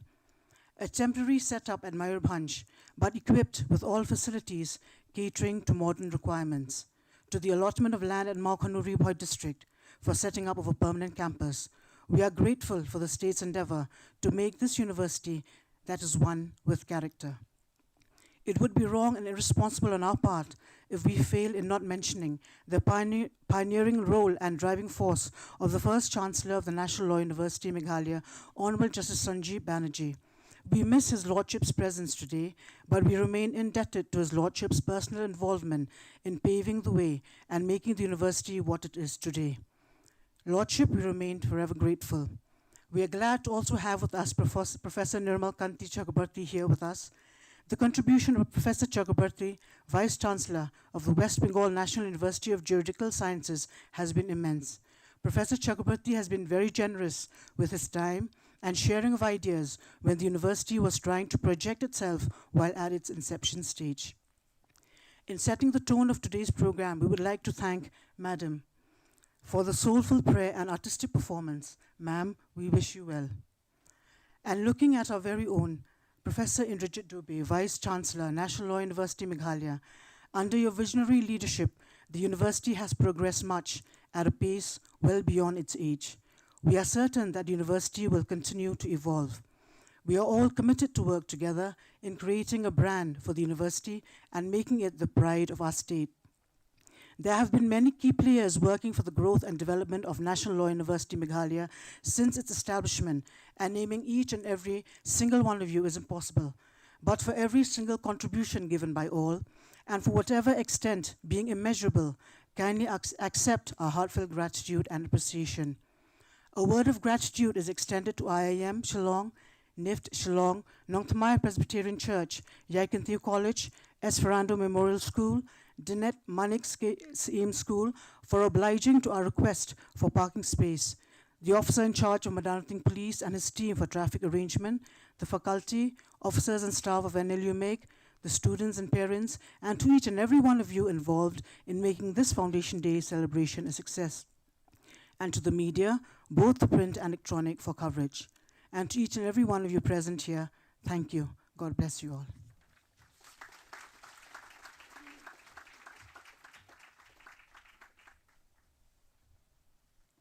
We extend our sincere thanks to respected Madam for her gracious words of gratitude.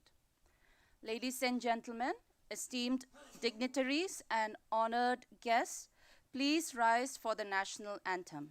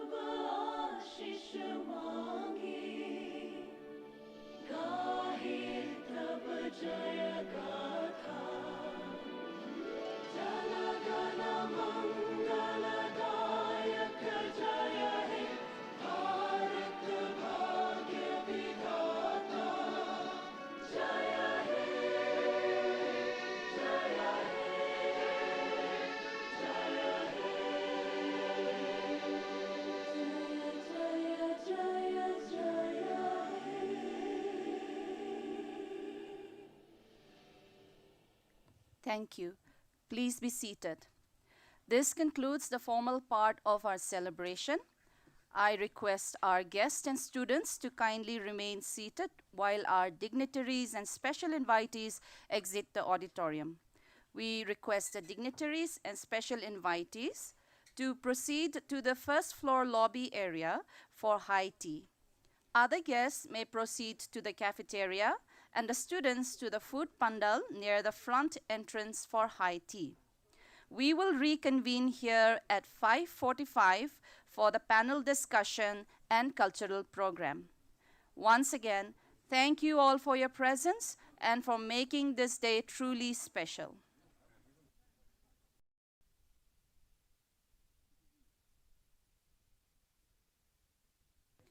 Ladies and gentlemen, we will now commence with session 2 of our program, a panel discussion on the topic Innovations and Reform in the Indian Legal Ecosystem.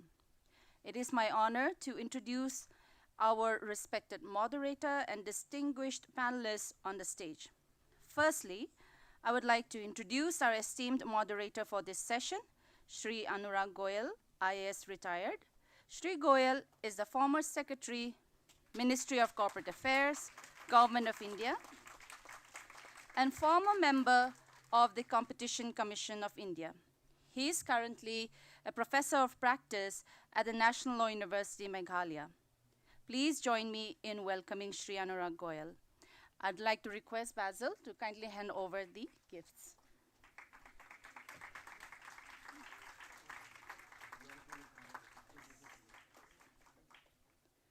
Next, it is my privilege to introduce our distinguished panelists, respected Professor Dr. N.K. Chakrabarty, Honorable Vice-Chancellor, the West Bengal National University of Juridical Sciences, Kolkata.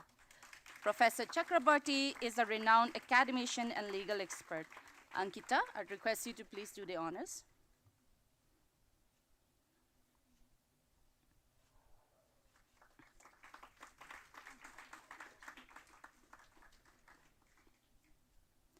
Respected Shri Jagdish Chandra Solanki, Consultant, Ministry of Law and Justice.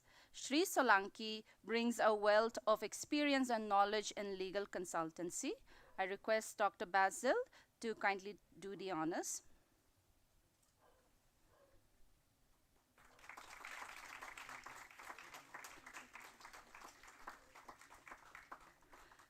Respected Shri C.K. Chandrasekkar, Standing Counsel, Bar Council of Tamil Nadu and Puducherry. Shri Chandrasekkar is a respected advocate and legal advisor. I request Ankita to kindly do the honors.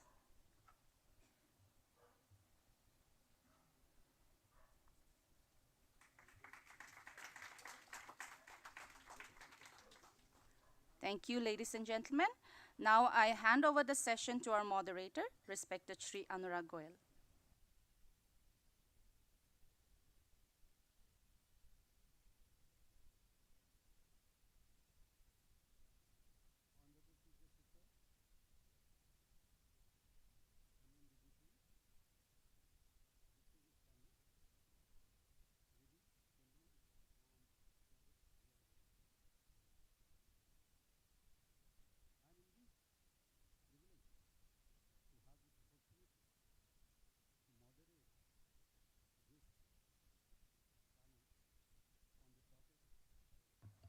So should I repeat or could you hear me? Thank you.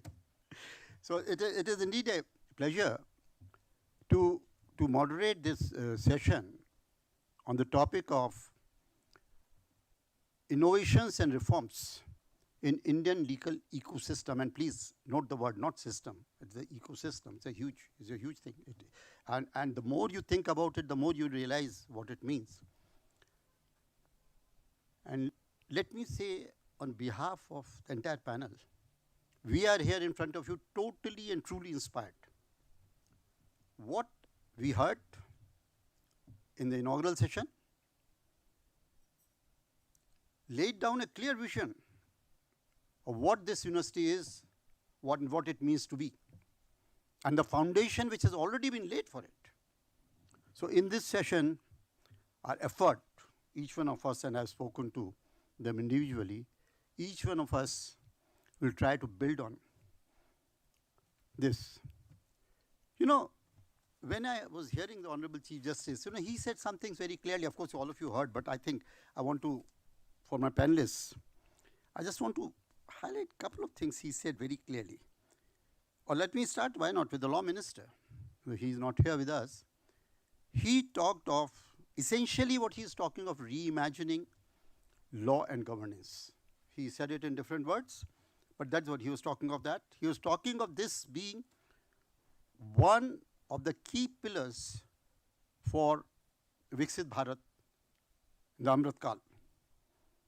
And he talked of the positive impact of technology. Honorable Chief Justice gave in a very succinct way, and I love those 4 words, in University of the Future. And what university means and what future means. Between them, they cover the whole universe, and that is what we will try to do today. In this session, that's what we'll try to do. And then, our Honorable Law Minister and Chief Secretary, they touched on a very vital thing, which of course, Honorable Chief Justice and the Law Minister also did. The societal and the ethical issues, and which are at the heart of it. Because the heart of all this system is the students and the society they serve. So we'll try to bring it all together in what we say. I have such a panel that I don't need to really say anything, and it's not my job to say also. I'm not a speaker, I'm the moderator. But one point I want to highlight, because every dignitary talked of technology. So let me just touch on, this is my favorite area for last 10 years. Ever since I finished formal association with the government, for 10 years my passion has been exponential technologies and future. That's what I've done for last 10 years, all on my own. I've of course been associated with a huge number of institutions and all that. So what we have to realize, we are living in an era of disruption. And a lot of this disruption comes from exponential technology. There are other reasons also. So we need to understand this disruption. We need to see what it means, and we need to understand this technology and the implications for the legal ecosystem. So let me just pick up 3 technologies, basically artificial intelligence, which has been talked of. And Honorable Chief Justice did bring out the multiple dimensions and impact, as well as the pitfalls and potential of artificial intelligence especially. So let me take just 3 technologies. Primarily, I'll take artificial intelligence, and I'll explain the reason why. And then I'll just touch on metaverse and synthetic biology or biotechnology. But I'll finish in my limited time, not long. But what I want to do, if my friends are ready with the video, I just want to show you a 1 minute 52-second video on the impact of artificial intelligence in 1 dimension. Please. Will not replace you. There is something Volume needs to be increased. We all know that artificial intelligence is growing at a massive rate. हर दिन हमें सुनने को मिलता है कि आज ये नया tool आया है, आज ये नया software आया है. And to be honest, it is kind of intimidating. But if you understand this one thing, nobody will be able to replace you. AI will not take your job. People who know how to use AI will understand. A businessman or a boss won't do all the work by himself, even if he has the best AI tools available. He still needs people. The only thing that has changed is that previously, let's say he had to hire 10 people to get the work done, but now he'll have to hire only 3 or 4 people to get the same work done in less time with the help of AI. So those 6 or 7 people were not replaced by AI. They were replaced by people who knew how to use AI. Now it's for you to decide. Which group do you want to be a part of? Share this video with your friends and follow me if you want to learn more about AI. What sort of jobs would be lost to AI? Basically chauffeurs, truck drivers, and many jobs that seem a little bit complex. Chef, waiter, a lot of things will become automated. We'll have automated stores, automated restaurants, and all together in 15 years, that's going to displace about 40% of jobs in the world. 40% of jobs in the world will be displaced by technology. I would say displaceable. My belief is that all repetitive human work that doesn't require the deep emotional connection between 2 people, that will all be done in the next couple of decades, better, cheaper, faster by AI. And that is somehow left out of the conversation. It's always about factory robots and self-driving cars. But what they don't talk about is all of the white-collar work that AI is going to do. The last gentleman, as some of you would have recognized, was Sam Altman. And as you know, Sam Altman is the CEO of OpenAI, who created ChatGPT. You know, generative AI is known more by ChatGPT than generative AI, so that's why I'm not using that term. Now, you will wonder, why am I talking these jobs? Is it because the students are worried about jobs? No. In fact, this part of impact of job, and that is questionable. Some people said there will be more, there will be less. The issue is different. The point I want to make, AI will be everywhere. Because all this work, because the one thing which everybody says very clearly, AI will be everywhere in every job, every organization, every walk of life, be it business, be it academia, be it legal education systems, AI will be there. And therefore, you need to understand the implications, the legal issues which arise from AI. And let me tell you, these are huge, huge unresolved issues. And at times I feel almost unresolvable. Because nobody has been able to work out in the world how to regulate AI. Nobody knows what it's going to do. They say that it might be the end of the world. And this is logically, again, Sam Altman saying, there is a up to 20% chance that it will be lights out for humanity. But I'm not going into all that. I am on the point that what are the legal issues that will involve. And I'll just show you, with your permission, sir, a video which talks of, AI lawyer talks about the issues in AI. Please. Attorney representing AI companies. You are wondering what legal issues AI companies might face. I have developed a list of key legal issues that all AI companies should consider before launching service-based software. 1. Intellectual property and data protection. Consideration should be given to securing intellectual property rights such as patents, trademarks, copyrights, or trade secrets for any AI algorithm or software developed. The data set that companies use to build their platform might be copyright protected. We are already seeing copyright infringement lawsuits against AI companies based on the data that they have included in their learning models. Companies must also be aware of data protection laws and ensure compliance with data privacy regulations. These include GDPR and CCPA, especially when personal data is being processed. 2. Liability and responsibility. AI systems can cause harm, and therefore companies should consider the potential risks involved, including any harm that may result from an AI system's failure or misuse. Companies must consider the legal responsibility for any harm or damage that may be caused by their AI software, and insurance policies should be put in place to cover any potential liability. 3. Bias and discrimination.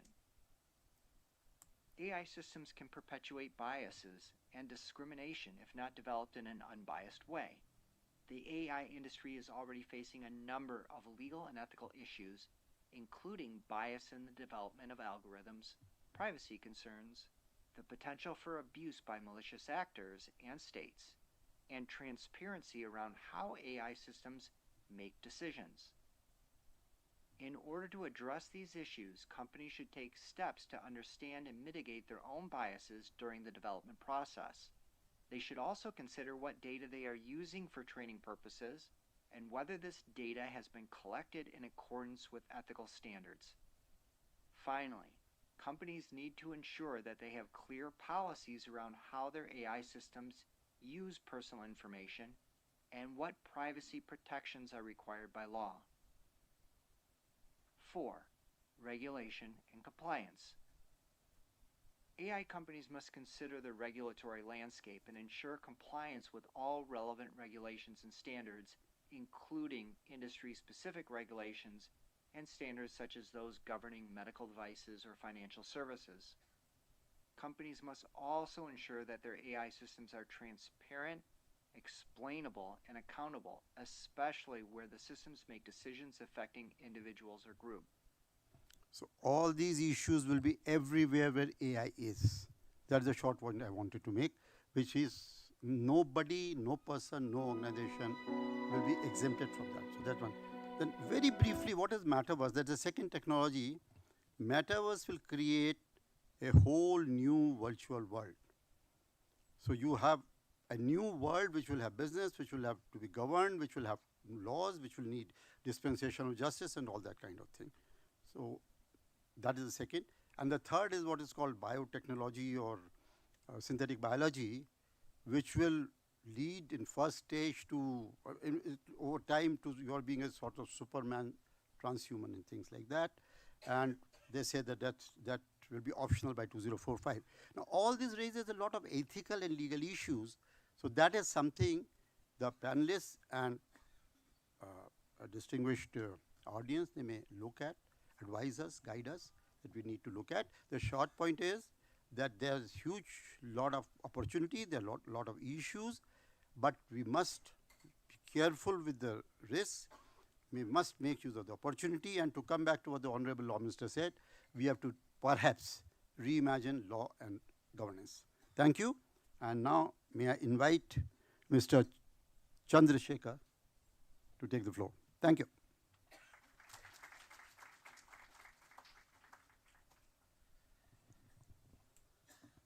On a stage where the Bharat Ratna President of India gave his last speech, because I revere him a lot, and I know him, I've been to his place in Rameshwaram. My reverential respects to Shri APJ Abdul Kalam ji, because a man who wished for an India in such a great condition, he had the wings of fire, he wanted the youth to excel, he was always keen towards students. And to come and speak in such a place where he had come is indeed a great privilege given to me. I thank the NLU and of course the Bar Council of India for having given me this opportunity today to be amongst you. Thank you, sir. And I would, to avoid all these initial things, I'll say, dear law students and students of law. Though it's a jugglery of words, it is really in the matter of sense, which I mean. Law students, until you're in college, you're law students. Afterwards, you become students of law till the end of your life. All of us, in fact, for that matter, are students of law. Because law affects us, whether we like it or not, whether we know it or not. So that being the thing, today's topic is an interesting topic. Innovations and reforms in Indian legal ecosystem.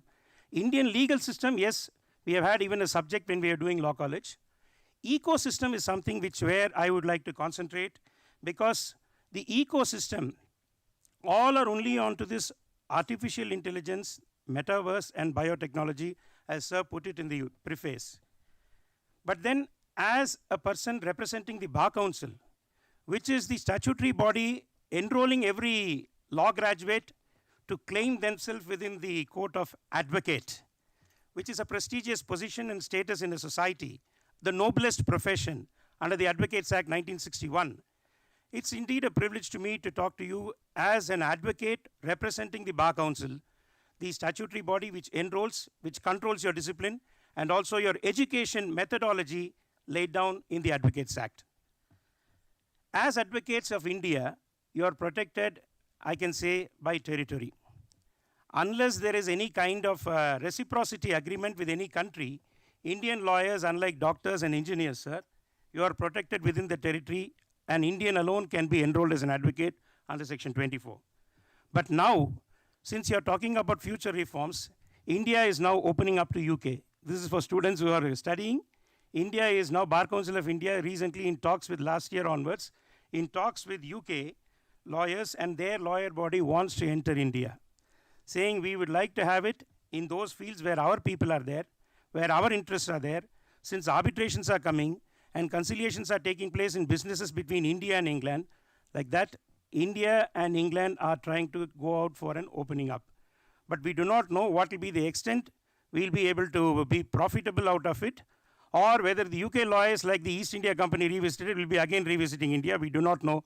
Time only will tell us, because you all know, in local lawyers, if you're a local lawyer, they will bring in a Delhi lawyer. Once that comes into court, you know what is happening. Just as a junior advocate, when you go to the court, and a senior advocate comes and stands up against you, what will be the situation? Let us look at the reality. Article 14, everybody knows.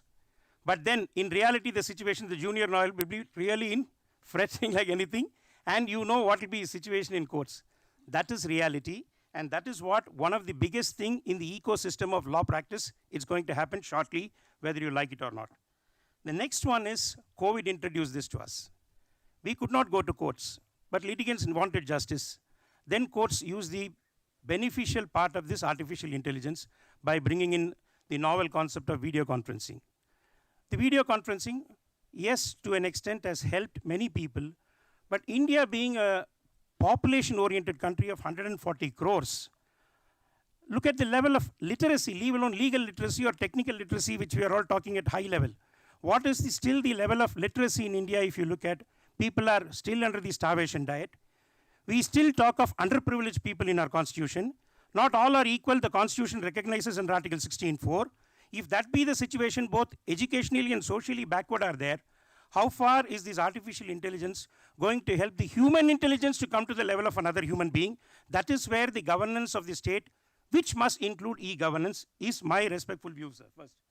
Because unless you are able to find out Indians on equal platter, be it in Northeast or in the southernmost part, or in Kashmir, or being in Gujarat and Porbandar. If that is going to happen, that sovereignty of the nation is recognized in the fullest form. For that, if this kind of an artificial intelligence used to be used as a tool, yes, it is a matter to be welcomed by us all, because change is the only constant factor in every society. We started from Hammurabi Code. We have reached a level, and as the law minister today put it, throughout India, the criminal law revision is facing so much of opposition from the lawyer fraternity themselves. Because there are some clauses which affects the lawyers, where a lawyer can be made an accused for giving an advice. Till yesterday, you had the professional privilege. That professional privilege is lost. So bar members are fighting for that. Bar Council of India is trying to solve it by having a peaceful negotiation with the government, and government has also expressed its willingness and openness to discuss the points where these teething problems arise in every law. So that is one of the ecosystems which the legal fraternity is going to face, and law students, you are in the second year, you are starting now. Another 3 years down the lane, there may be many laws. Because when I started, I am just a 30-year-old practitioner. 30 years of practice. I am just a 30-year-old practitioner. But the thing is, when I started, then only this Narasimham Committee's changes came with DRT. Tribunalization of justice started in 87. What happened thereafter? DRTs came. Well, law change we welcomed. What happened? DRT was found to be insufficient, NCLTs came. So further make it into a corporate borrower and an individual borrower. Then that has also become a recovery agent agency. Then came in 1985 onwards the green tribunals. Then you have this TRI. You have the Electricity Regulatory Commission. So many commissions which are originally under 226 jurisdiction of the constitutional courts went out to this tribunalization of justice. What happened to the lawyers and the tribunals? Today the government is saying lot of tribunals have only made the administration to grow, but not the ends of justice, because it is quick justice. It so happened in Chandrakumar's case, the Supreme Court to come with a 7 judgment saying, no, 226 platter is required. Straight away to Supreme Court, you don't dump everything on us. That's why the Supreme Court said, we recuse. Go under 226 and come under 136. That is the reason why. So changes happen legally, lawfully. Similarly, this Bharatiya Nyaya Sanhita, Sakshi Adhinam, these are the matters which technology, one aspect you have to, legal technology is where, because doctors I can say, for cancer, if a doctor is able to have new kind of a technology is introduced by without breaking the skull, like an angio, if you can remove a clot in the brain, that is a welcome thing in the medical field. But then when it comes to legal field, this is a subjective matter. Human minds are involved. When human minds are involved, there is an intellectual debate. In that intellectual debate, as a human being, your brain will be more competent enough to put in the best of your efforts in favor of your client and also in favor of the court to render a proper justice. That is where, as the learned Chief Justice pointed out to you, therapists become the rapist. This is where if the feeding changes, then the results are disastrous. And rightly AI intelligence, which the moderator put it, you saw it has its own difficulties and shortcomings within. That is where, though we welcome this artificial intelligence in everything, because we are not averse to changes. We have to welcome changes in society. In any society improve, law in self is a change, social change. That's what one of the subjects taught to you. Therefore, there it is required as a change. But then the extent of change should be noticed, noted, and it should never go beyond the human intelligence and human living. That is where I would like to say that the extent of which this artificial intelligence should only be used as a support tool. And that support tool should be no doubt in legal and judicial fields also, but maintaining what? The object of any education, I would put it, though you may take me as a, terms of Hindu Shastras I'm saying, acquiring knowledge or acquiring this legal brain is to empower our knowledge to serve the society. Law is unlike other jobs which you say, being an engineer or a doctor. Doctor is life-saving. A teacher is a guru in our society after the mother and father. A law is a person.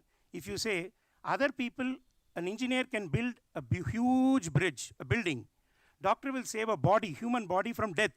But a lawyer, we always point out in Bar Council, is the only one who upholds the dignity of human living, Article 21, which is very important as right to life.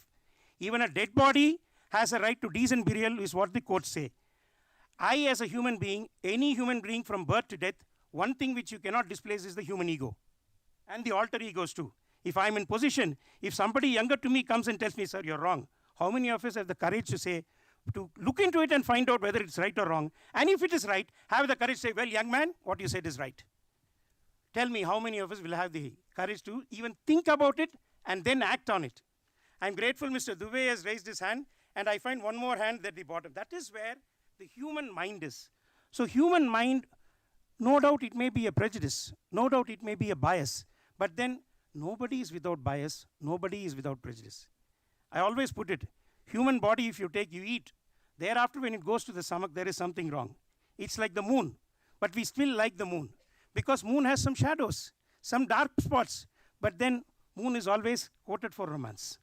Sun is not quoted for romance. Sun is quoted on the astrology for the after marriage only. Therefore, moon is what romance is.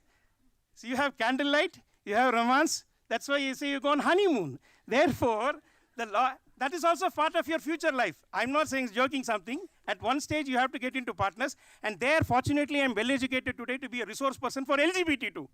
That also I can say it with confidence, because LGBT, we all look up something with kind of, oh, what is that? That we are still, our society is yet to accustomed to, because that is also the legal ecosystem which you must see. I would be grateful if your chancellor, within his tenure, and the vice-chancellor are able to get at least 2 or 3 transgender students into this college. That will be because equality of the tribals. You see the Kasi tribals. How many of the Kasi tribals are upgraded today? Let us pose a question. How many of the Andaman people, Santalis, are in good condition in India? Tell me. How many of the Kalrayan tribes in Tamil Nadu are in good condition? Tell me. Now, what are we doing to our fellow human beings? Therefore, I would say, first give the food on the platter. Then you can take off sweets and other items on the platter, and even a royal palette to all the Indians. So to that extent, as law students of national law, because I still remember last year our Bar Council of India inaugurated the India Institute of Indian International University of Legal Education Research in Goa. This National Law University, I do not know how many of you know, 1987 was the first project of Bar Council of India which started, sir. And in National Law School of India University, Bangalore, fortunately as a student, I had the benefit of associating myself with Dr. Madhav Menon. And during my students' day, I won the first National Law Reform competition on the workers and right to work when I was awarded the trophy by none less than the then Chief Justice, Justice M.N. Venkatachalaya. Justice Krishna Iyer was the judge who assessed the report which we had prepared. So that kind of exposure and experience, but they themselves in Bar Council said, the other day Justice Narasimha said, and Justice Sundaresh Gawai participated in last year's June function at Goa. They said, we started the National Law University. It was meant for bringing in better law students to serve the people. Today it has become, they are serving corporate people, and very few are willing to come to the courts because of lack of money at the entry point. Not only that, very few are willing to go to the lower courts and tahsil courts and poor people. Legal aid is part of your duty. How many of you take note of it? Yes, individual excellence and individual improvement and corporate achievement, yes, part of life. But at one stage, all these corporate achievement people seek a corporate guru like Sadhguru or and other things to go and have their peace of mind. Sir, I am very much stressed. At 40, how many deaths post-COVID? Just think. Whereas those years, people had 80 years. We still have a Parasharan of 97 years living. And he says, it is the blessing of Rama that I was able to win the Ayodhya case. We have a 90-year-old KK Venugopal, whose father was an advocate, whose son is also an advocate. How they behave, we all see. They all took life in a most charitable fashion. They all took life as it came in life. Not that they did not achieve. They have achieved. Therefore, I would say, specifically, professional standards in law profession should never be forsaken or given up. You learn. I'm the last person to say, don't learn. Learn the changes. Earn that intellectuality of human brain, which will be able to overcome the artificial brain.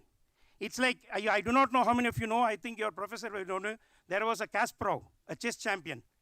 He fought against a supercomputer and won the match. World champion in chess, Gary Kasparov had won. Therefore, I would like to say, in conclusion, because my time also I note, others are to speak, have this knowledge of artificial intelligence and any intelligence for that matter, but never give up your individual human identity. And the object of your life in this world is not only to enrich yourself, amass yourself, but then please have your hands to help other people who are crying for a feeding food, one meal, a poor child, uneducated child, due to poverty, economic circumstances. The little you can help without any banner or advertisement. That also I would request. If this is able to be achieved, I would say human intelligence scores a point over artificial intelligence. Human life will still remain the same despite of introductions. Otherwise, it will become like your social media post. Anything can be clipped, morphed, and posted. And that will create so much of ruckus in the society and criminal cases on all the states for one statement made somewhere. Suppose if I say something in, say, in Uttar Pradesh, 10 states criminal cases will be registered. Then you will be made to run pillar to post in all courts, then file a petition in Supreme Court to transfer all the cases to a club hearing. Therefore, please, intelligence is always essential, right from the days of Vedas. But then intelligence is for what purpose is what you should. Problem is, people put a full stop with artificial intelligence. No, it should be a comma followed by a purposeful, meaningful living by a human being using the artificial intelligence. Please, students, make a note of this. If this is registered in your mind, I can tell you, you will be proper advocates. You will know the nobility of the profession. You will be doing legal aid, at least 10 cases. In 1 case, you will be doing legal aid. That way, you are maintaining rule of law in the country. Democracy becomes a meaningful democracy in India. Constitutional rights are not merely in the paper book of saying equality, fraternity, and justice, but then it will also be a secular country where freedoms are available in terms of practice of faiths, freedom is available in terms of practice of technology, but at the same time, this freedom never ever interferes in the individual space of freedom of a fellow human being to be sacrificed for the sake of our achievements and riches. With these few words, I thank the moderator and of course the NLU people for giving me this opportunity. Please make a note. Best wishes to you all and hope to see you in the profession along with me as advocates in the near future. Welcome to the advocate profession soon. Thank you. Thank you, Mr. Chandrasekkar. What a wonderful and thought-provoking address. And if you permit me to, along with myself, include you as to plead guilty to the entire audience for having exceeded our time, and plead guilty first and foremost to the rest of the panel and Honorable Chief Justice and other dignitaries. So what happens is, when in a relay race, the first ones are too slow, the later ones have to catch up, except this applies in a reverse sense. So may I now request Mr. Jagdish Solanki to share his thoughts with us, perhaps more crisply and more briefly than the two of us did.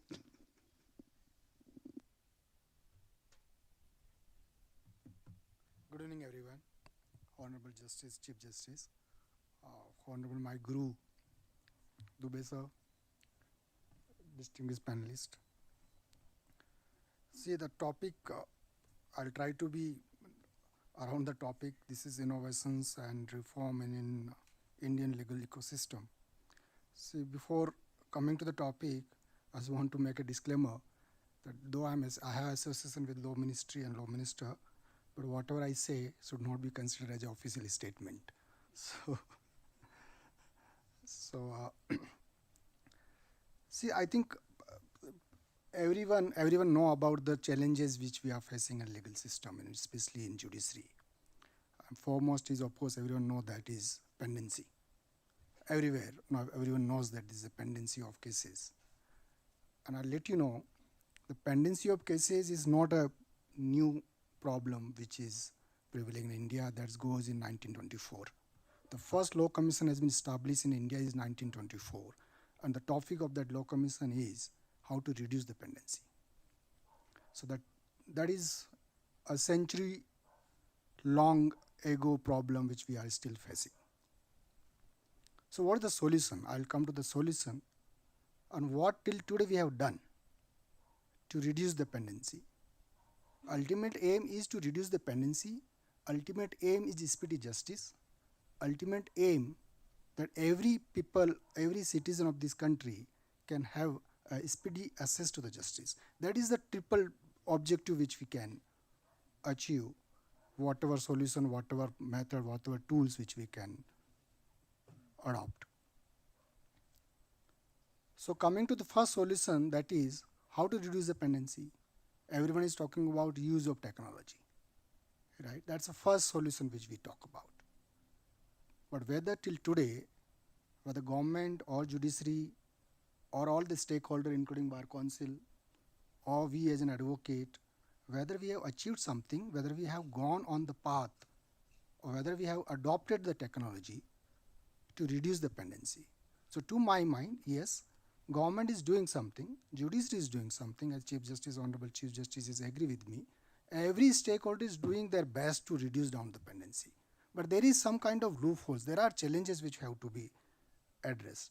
Now coming to the what step we have taken, there is one first come to the judicial infrastructure. The judicial infrastructure means physical infrastructure as well as digital infrastructure.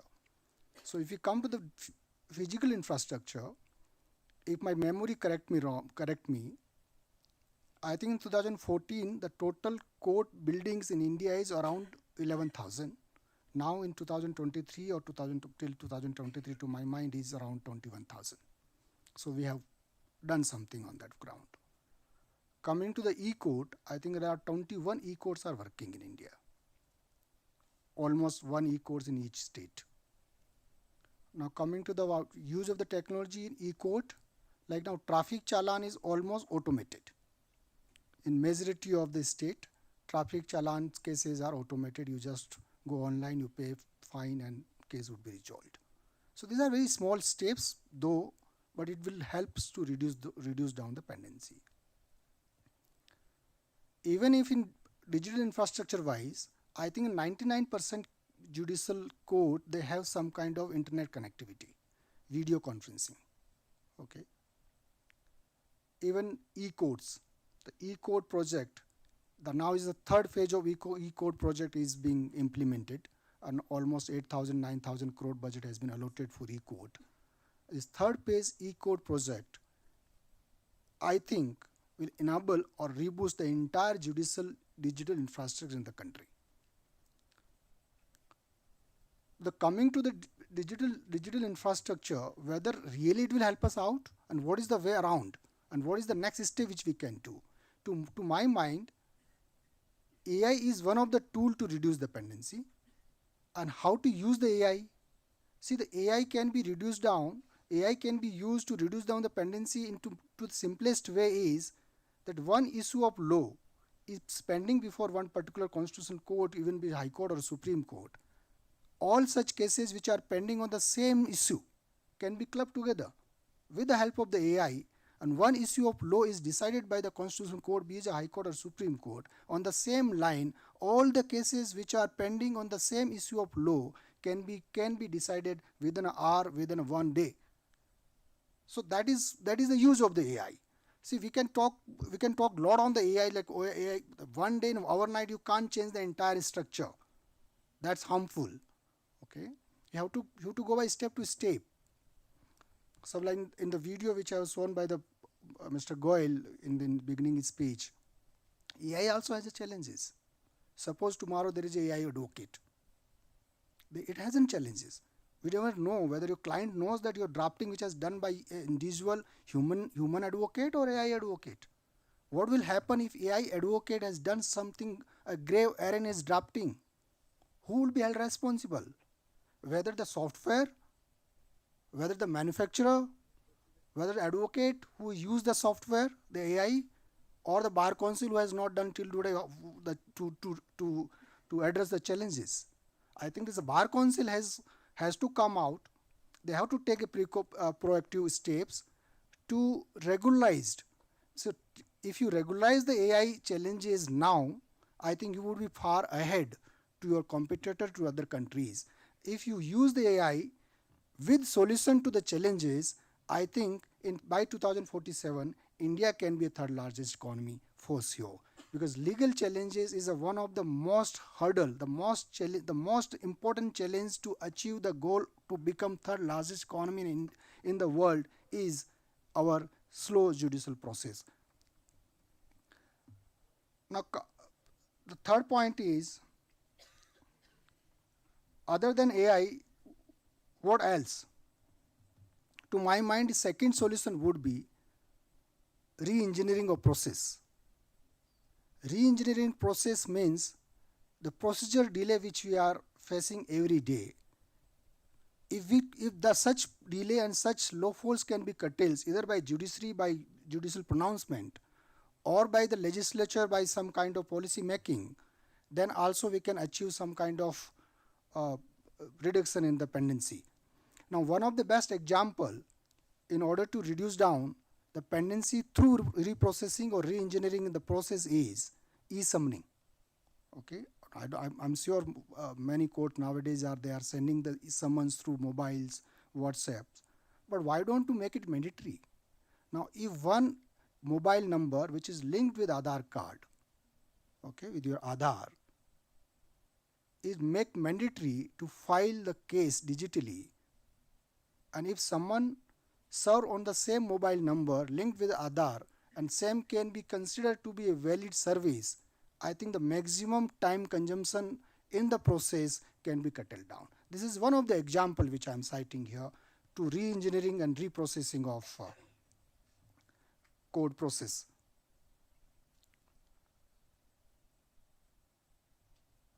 Third one, I think, so the judicial reform always be a collaborative process and continuous process. You can't say that today we have done and then rest of the 100 years you can sit down. No, it's always a continuous process.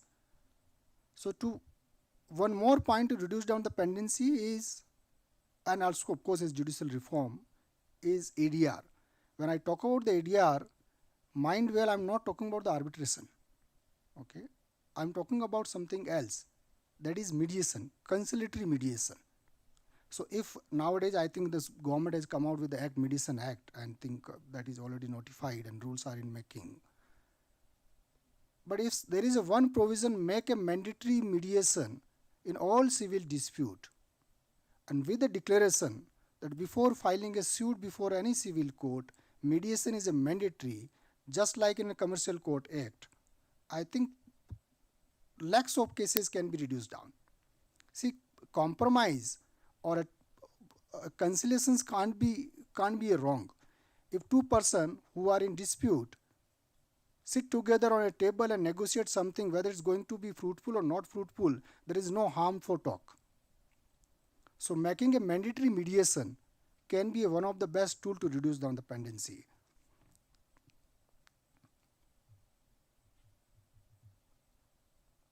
Fourth one to my mind is that All India Judicial Services. See, I think you all are young people.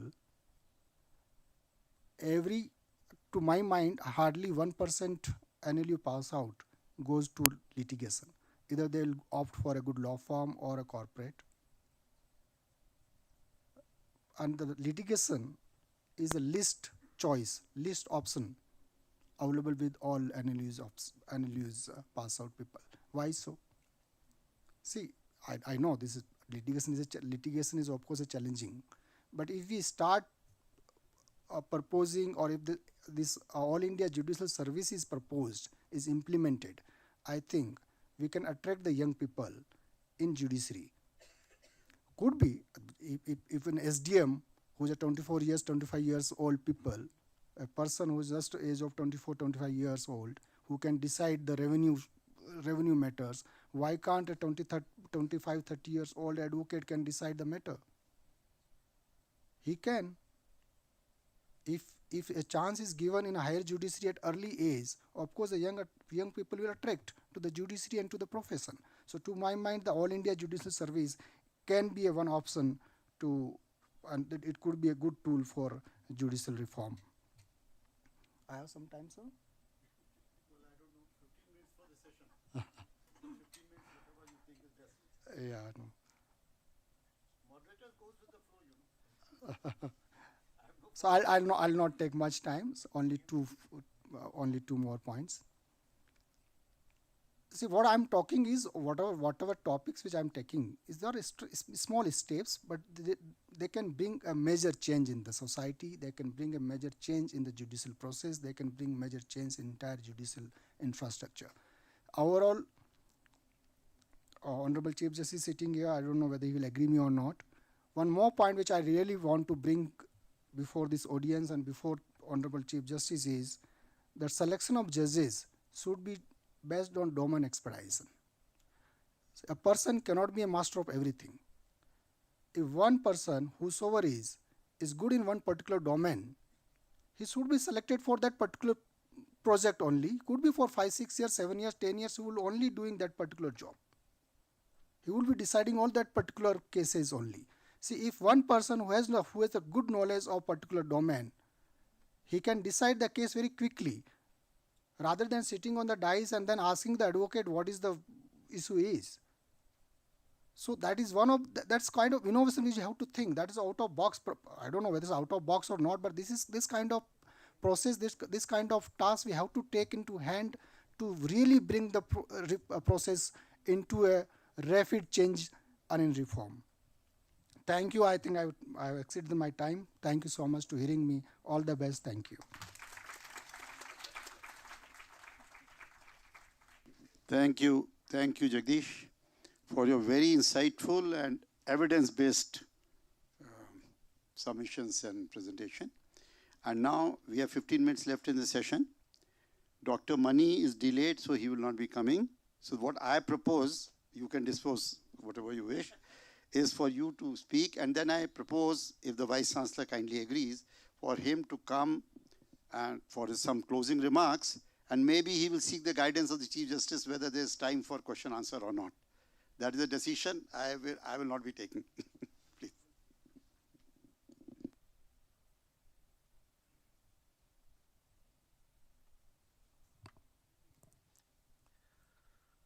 Good evening to all.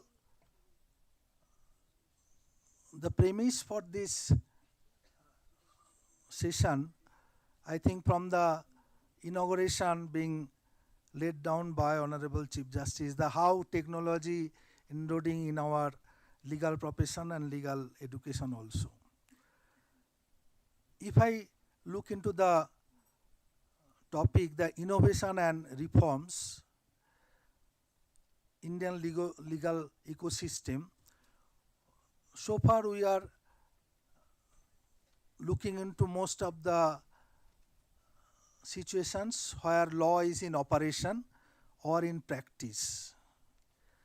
But those who are going to that field in a practice of law, operation of law either in the court or in the bar or in corporates or in tribunals, where from they are coming, that is definitely the law school, law colleges and law universities. How we are preparing them, how 40 years back when we are the student being looked into legal education, how it has been changed in India. First legal reforms in India, all of us agree that it is Professor Menon's vision of establishing law university, definitely by the Bar Council support, and thereafter so many law universities, now 26. as it is being raised that we have to be changed. What we are being taught in our days in 70s, we can't go by same pedagogy even in 2024-25. That's why the question reforms and innovation. To go to this question of reforms and innovation, I will quote from the 2014 Singapore Declaration on Legal Education by the Global Law Deans Forum, that every law schools or legal education should have three objectives. One is knowledge, the second is skill, third is value. And this AI technology, all this will come in the domain of knowledge. In the video we have seen what may be the impact. I will also go further that when those are teachers here or students, we can't say that we have in our university there is a paper, optional paper, elective papers, AI and law. But I think, and we are in practice also, if we look into the what is going on in the world today, in the constitutional law, in the criminal law, in the tort law, in the investment law, in the corporate governance, everywhere technology and the AI information and its development should be brought into. I am giving you one example. All of us know that equality, Article 14. When Article 14 to be taught, definitely the AI and the discrimination which Professor Goel also brought into. There is one US case that a big multinational company engaged and hired the service provider by using AI to select their junior executives, and they have used their data, huge data for 25 years. And the AI driven the selection that they have tried to implement, selected all the males in the selection process, and immediately when it is announced there is a case. And it was found also that the language and the machine learning done all by males, and the previous all the selections were males. So that's why what Honorable Chief Justice raised, whether we can rely and how far we can rely on AI. It is not that AI should not be taught into, AI should not be used, but how far, that's the question. If you remember a few years back, Malaysian air crash, 407, that was also due to the suppression of one social audit report, where it was found that the record was suppressed by the managing director of the company. And that led to the accident. And the American court not only imposed fines, huge fine of $7,000 and or more, and also the punishment which is normally not there in their, or also in the international space law or carriage by air, they have punished imprisonment like murder cases. Though in the law there was not there. Beyond that, Supreme Court of America went to that. So when we are using AI, there are question of liability also raised. So my premise is already framed thanks to the introduction by Goel. The liability not only I will tell you that AI, liability now coming in the nanotechnology based products also. Nanotechnology based products in the even toys, even in the therapy in the cancer, Now, who will be liable? The manufacturer or the doctor, or who is at the last moment using that? Is there proper warning? So that type of issues we have to brought into in our, when you are teaching tort law, when you are teaching liability, is there liability in tort? Definitely nanotechnology, AI-driven liability will come into. Like criminal law also, the how the automation, auto drive cars accidents, whether our criminal law being very much up to date to tackle that situation also.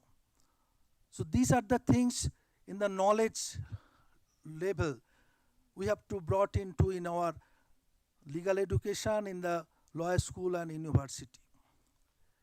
Similarly, the question of innovation. In the innovation, in our law school, it is not that in the laboratory we are developing something which we can claim as innovation. But in the AI or in the IPR, in our university we are, I can gladly inform you that we are the 35 rank in the world in innovation in the, among the law universities. And what are the things we have done? We have initiated a GI drive. Under this GI drive, whole West Bengal, the GI in the last even 30 or 20 years or more were 12, and we, the NUJS itself, filed 24 GI by our research team, by our faculties, by teachers.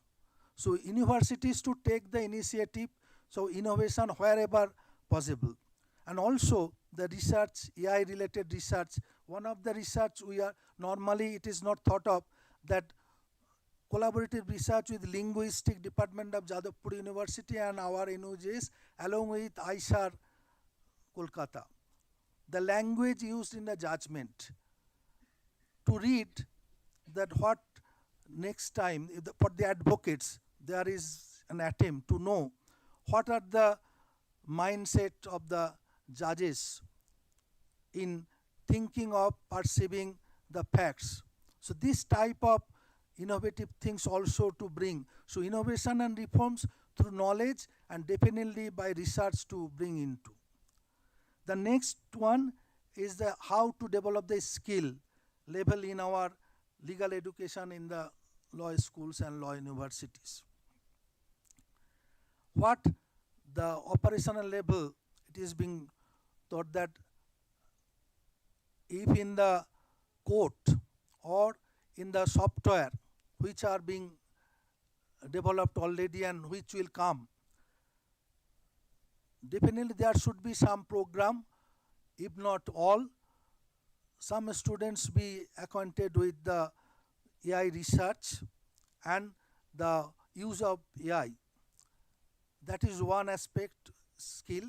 And moreover, what we are also thinking that to a group of students being taught by, there are few technology law firm also in Kolkata and Delhi, in other places also, to put the students to that law firm also, how they are using technology in their internship period, in the summer vacation. So that way they should be acquainted with use of technology in various ways in the operation of law. And for that, definitely that to be credited, even if a separate subject or part of the subject, that way the acquaintance with the application and use of technology, definitely AI is one. I am not saying that lawyers technology is only AI now, AI definitely number one, but other technologies also to be very much within the curriculum to be taken into. You already you have been informed that gradually we are going to e-courts and also using the internet based judicial system, Supreme Court and all the Ministry of Justice also in that, and also e-courts and even e-FIR, and gradually all the things will come. Along with, there is another thing is very much embedded in our justice system, that is forensic science. Even if we have established a forensic school separately with BSc and MSc, BSc LLB and MSc also, but at least either one optional subject or compulsory one subject of use of forensic in criminal justice, and some even civil justice in fraud and others.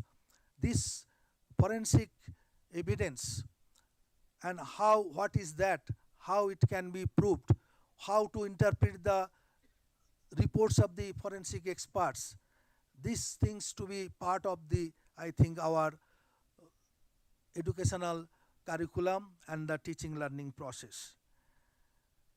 Similarly, the third one, last one I can bring into that normally value system, we know that value system normally developed in our primary education. Higher education, it is difficult and debated whether we can have value education separately.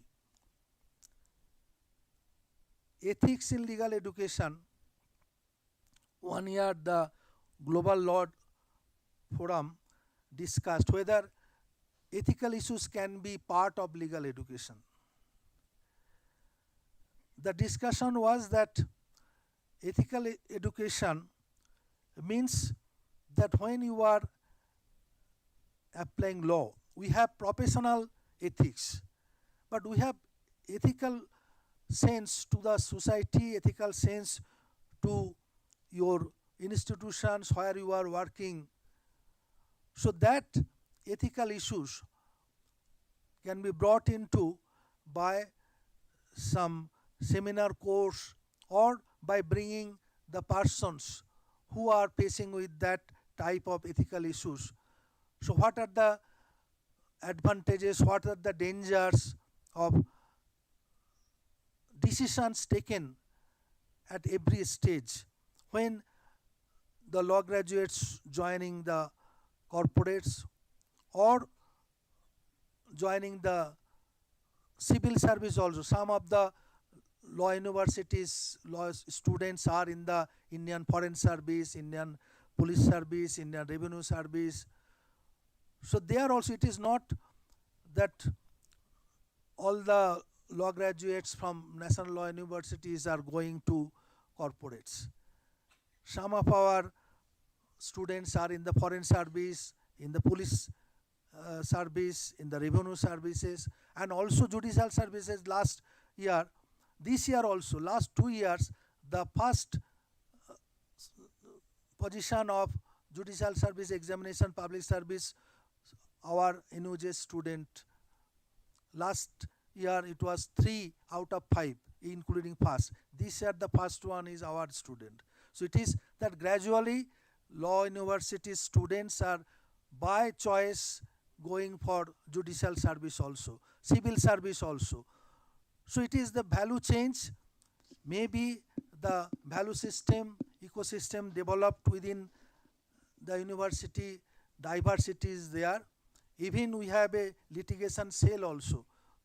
Maybe number is few, about 10 to 15 students form that cell.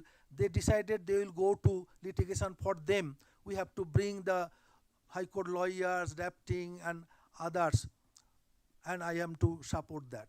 So that variety is my perception from my 40 years, that you have to create various opportunities. It is not only one driven that all will go to litigation or all will go to be court. There are varieties of avenues today, and that we have to in our law schools to inform them and bring the experts on that various areas, inspire them to adopt technology, innovation, and also various legislative principles, legislative drafting, which is lacking in our country. I have been asked by our state law department, that legislative drafting, they are not getting people. People are not very much interested also. So that is for the government also. I think we have to think where we need our law graduates ready to go to legislative, administrative, court system, technology, and also the corporates everywhere, the need, including the civil service. So that way we have to develop our curriculum, redesign our curriculum, redesign our thought and perception of legal education towards making a legal ecosystem which will help to grow together. Thank you all. Thank you, Professor Chakravarti, for a very wide-ranging and very innovative suggestions. And thank you, panel, for an excellent presentation. And may I now call upon the Vice-chancellor, Dr. Indrajit Dube, to come and some concluding remarks, thanks, or whatever he wants to, because the whole day is his day. He has the benefit of tremendous guidance and support.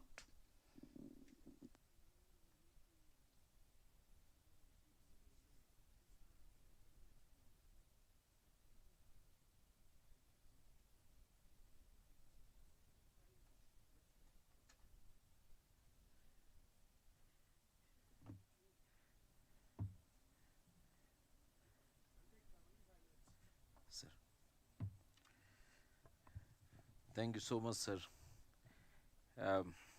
Let me recap the relation with each of the panelists first, and then I will come into the point which I wanted to make, and then I will request sir to speak on few of the issues.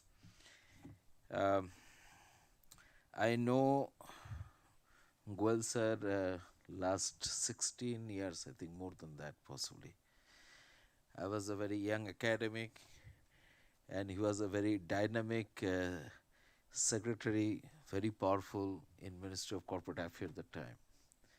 And he was bringing all reforms in the company law, whatever you find today, and also at the time the competition law also, sir was trying to putting into the operation. And it was an interesting story. Sir, let me take half a minute to this thing. So, because everybody has got exhausted now, so let me start a bit of a story and then we will finish it quickly. My director one day came and told my head of the department that is there any person in corporate law? I don't know, sir has a talk with my director while they were flying together, and I don't know how much he observed whatever the talks was. But he said, is there any corporate law person? Because he got a sense that it is required a corporate law person. Professor Acharya was basically a mechanical engineer, and then he was in management. And so I have been called, and then he said he was a very tough, director. So, so he called, he said, can you make the presentation and you need to go, I think 1.5 days later, sir. Once this thing, very short notice. I make the presentation with sir without understanding what I have to present, but I thought that law sir wanted to put up at the time Indian Institute of Corporate Affairs. So then I make a presentation before sir, and as it happened, I don't know, sir has given this contract for setting up this institute to ADCL, which yes, to our institute. After the presentation, he got so convinced that the present thing has come, and at that time he has flown with all his officers. I think entire corporate Ministry of Corporate Affairs came to IIT Kharagpur to for a further discussion. So that is a relation, and then it continued. I don't know why sir kept continuing this thing. I mean, at the time I was just assistant professor. Jagdish is my student, and Jagdish is a student of NLU Jodhpur first batch. So it was the same number which we have started here, is all 43, right Jagdish? 43 was a batch size, And I mean, it was also amazing. There was nothing. Professor Mitra was in the chair as a vice-chancellor. He was the toughest person. Okay, possibly I have been groomed under him. Now, Professor Chakravarti is my teacher, and he was also my supervisor in PhD, and many values or understanding whatever is with me today, it's because of him. And Professor Mitra was his teacher. So so we are fourth generation almost here, though Professor Mitra is not here today. Yeah, and Professor Mitra was one of the founder of also NLSI with, I think he must have taught you also, you are telling. Okay. Oh, acha, I thought that because there is two names taken into the law school system is a Mitra and Menon. So Professor Mitra is this thing, and my initial large number of period groomed under him is a very tough person, and we used to call him a Hitler. Well, and Lordship, though we have a interaction is very small, but within this couple of months time, I think I've learned a lot from him. And even in this particular design of this program, when I talked with him, he said, you go ahead with this particular thing and this legal reform issue and the panel to be discussed with this. It is a Lordship idea out of this. See, there is a lot of talk from the morning, and we are echoing one thing, everybody of us, that we need to have a reform. We understand that, and Jagdish was very articulative in this particular thing, and Sir has put the hindsight of this particular thing, that where is the particular problem. And let me tell you, what is, when I talk with the Lordship, what was the basic understanding why you have used the word ecosystem. And that actually got reflected while you were talking this particular thing, and it has come together, everything come together. So I believe there is a absence of law, which Professor Chakravarti has mentioned in number of places. The procedure need to be rethink, because those particular procedure which has set up maybe 100 years before or maybe 200 years before, presuming certain condition. And that particular certain condition got really changed now. Second thing also, the purpose of the law also got changed. Like I remember when I have been taught in the law school, that time law college, it was mostly to focus on the litigation, how to interpret the law. We had never been talked about what Professor Chakravarti talked about, that how to draft a legislation. We have never been taught. We have also never been taught that how to see the institutional mechanism to work. Is the correlation between the institutional mechanism. And today, if you look into the surface which has been come, either it's a nanotechnology or generative AI or artificial intelligence, you are talking about the space, you are talking about the biology, which he is talking about, biotechnology, biologies and all this particular issue, curbing the aging and all this particular thing. Now, let me take you to another level, singularity. Once we are bringing everything in a singularity, right? We don't know how to handle this particular scenario, right? Because it is very fast, exponential. Let me use this word, exponential.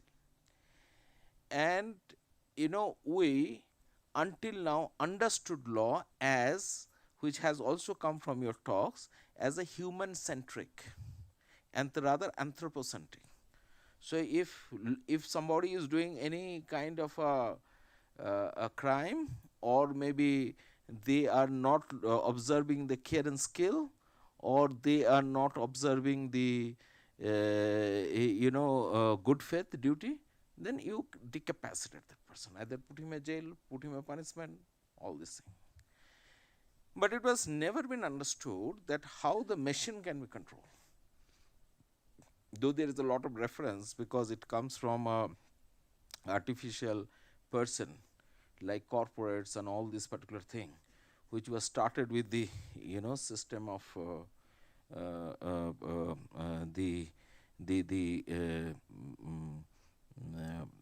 British system of judges and all this thing. But at that particular point of time, what we have not focused that beyond the human, how we can think of a law. And that's become a major problem right now. And I believe law is moving now from dispute resolution to the governance. So we don't talk today that what we are required to be done after it, but the thing is, if you wanted to bring an AI, do you have a compliance procedure? A, B, C, D, E, F, G, H. And who is going to see this compliance? Compliance will be seen by the institutions. And that particular understanding of the law is yet to be developed within the system. And I believe this is the time, and that's the reason we have said the ecosystem, because if you are not putting everybody who are the player in the law together, we really cannot deliver things which we are thinking about the egalitarian society. Now another thing I wanted to say, and this is for you, sir, Bar Council. Bar Council is, and I am a bit critical, don't tell this particular thing to the Bar Council, and they will not give a recognition then I will go with sir. Sir should make a call to I will ask request sir only to make a call to Bar Council, so they listen the lordships. See, yesterday I have been appointed in a member of a UGC special committee. So there is a back and forth between the UGC and the Bar Council. Bar Council, sir, want to control all this particular legal education in the country, and UGC is telling, no, you are not a regulator, because there is a something which also need to be taught beyond the Bar Council. Bar Council should maintain the standard of the legal education, and they can be happy with the undergraduate program and they can test it. Why I am using this particular contour? See, the type of education which we have got in our time, we have basically earned the money or the living for 30 years.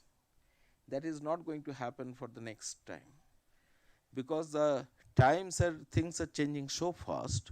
We need to change our content module, which I was talking in the morning, the content delivery, how they are going to be absorbed, and all this is need to be changed. So every lawyers or any profession or whoever is a part of this, not only lawyers, anybody for that matter, has to come back to the university to update them, upskill, reskilling, and imagining where they are working.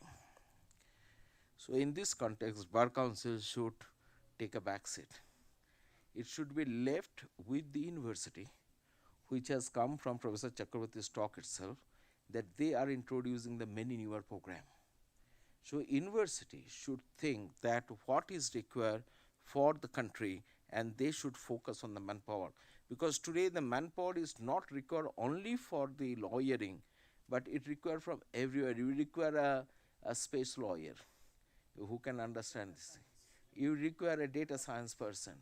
You require a person who understands the nanotechnology and the legal operations. Okay, and this kind of program has to be imagined by the university, not by the profession, because sir, I am also a registered lawyer, though I am suspended. So, and Bar Council should stay away from these particular issues, because the thinking is not the regulator's job. Thinking is a job of a university, and bringing the research into this particular university. So with this, I think, sir, debate is big. What we have painted today is a campus, which you also intended to do. So now the canvas is open. We have to think all together, put our head together, and then we have to see that how best we can bringing in. So sir, instead of concluding the thing, I'm keeping the questions open as much as possible, and keeping the canvas very big. So, so now I'll hand over to. I'll just one remark going from there. When I joined IAS in 1972 on 15th of July, and as a probationer, you know, when you get into IAS, you are in a high. But that's what you work for the whole your life to get in. And I did it in the first attempt. So what the director did, we were all very excited young people, 100 of us. And the director said only one thing, which is what you have said now. He said, you think you have arrived, but you have arrived at the starting line. It is not the end of the journey, it's the beginning of the journey, which is the message you are giving. Thank you. Thank you so much, sir.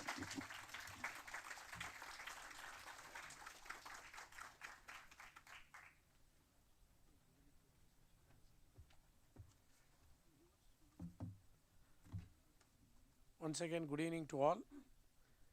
Definitely, I will not take more than 5 minutes for two reasons. The artists are waiting. Oh, they'll be completely, exhausted by wearing the dress for more than 1 hour. That's one thing. Second thing is, many of you would like to have dinner early, so it should not become a breakfast. So, so three things. With regard to artificial intelligence, I don't want to say X spoke, B spoke, Y spoke like that. Artificial intelligence. What is fed is given as an answer. So, artificial intelligence is a technological one. It cannot replace the human brain. And in fact, I read a message about Justice Thank You, saying that Justice Thank You is missing. When because whereabouts of probably many of you would have listened in the evening. Said Justice Thank You is missing. He is being traced. Bar is agitated. Everything is there. So that is one thing. Second thing is, you can take the assistance of the AI and still apply the human brain and come to a correct conclusion. Then if the AI alone is going to decide all the issues, the question of appointing judges doesn't arise at all. A specialist person can click of a button, get a judgment, give it. So the purpose itself will be defeated. This is one thing. So maybe after a few years of time or after a decade, it may get, there will be a betterment in the AI, and so that we can rely upon to some extent or a maximum extent, not as a whole. That's one thing. With regard to mediation and conciliation, the gentleman was saying, the Industrial Disputes Act was enacted in 1947. It starts with conciliation. If the conciliation fails, only then they can go to the court. Then the conciliation was pending for years together. Now the act got amended in 2010 or so, saying that restricting the period of mediation. Of course, commercial division, everything is there in that act, commercial act. Mediation should be the first thing, mediation should be there, then only they can go to the court. It is true that everywhere in the litigation cases, commercial litigation cases in all aspects other than the criminal cases, mediation can be given preference. With regard to other things stated by our friend, judges in a particular specialized in a particular area or a field can be appointed, which may not be correct. When I was appointed as a judge in 2013, 5 bar judges, by 5 advocates, advocates from the bar have been elevated. I was specializing in labor law. One person is tax, one person is commercial, one in civil, and one in different field. When Justice Agarwal collected an application, he said, you must be prepared to handle all subjects. At that time I was an additional judge. Then I became an additional judge.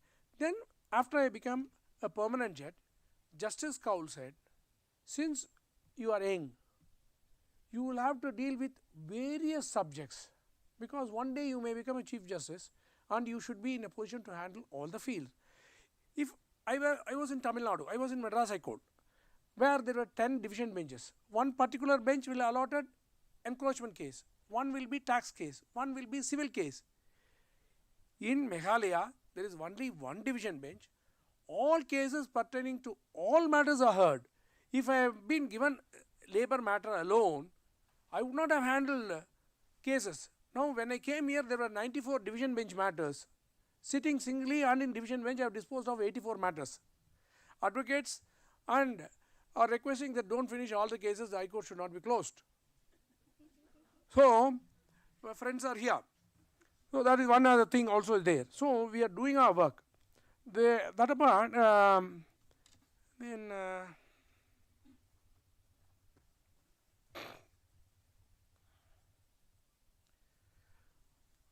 suppose I am given labor matters.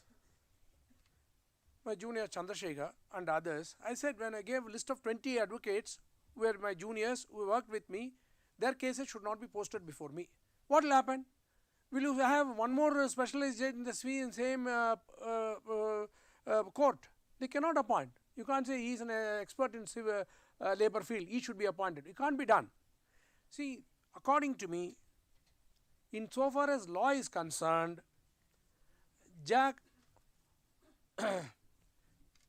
in so far as law is concerned, you must understand it is jack of all trades, master of none. Only then you can survive and you can shine well.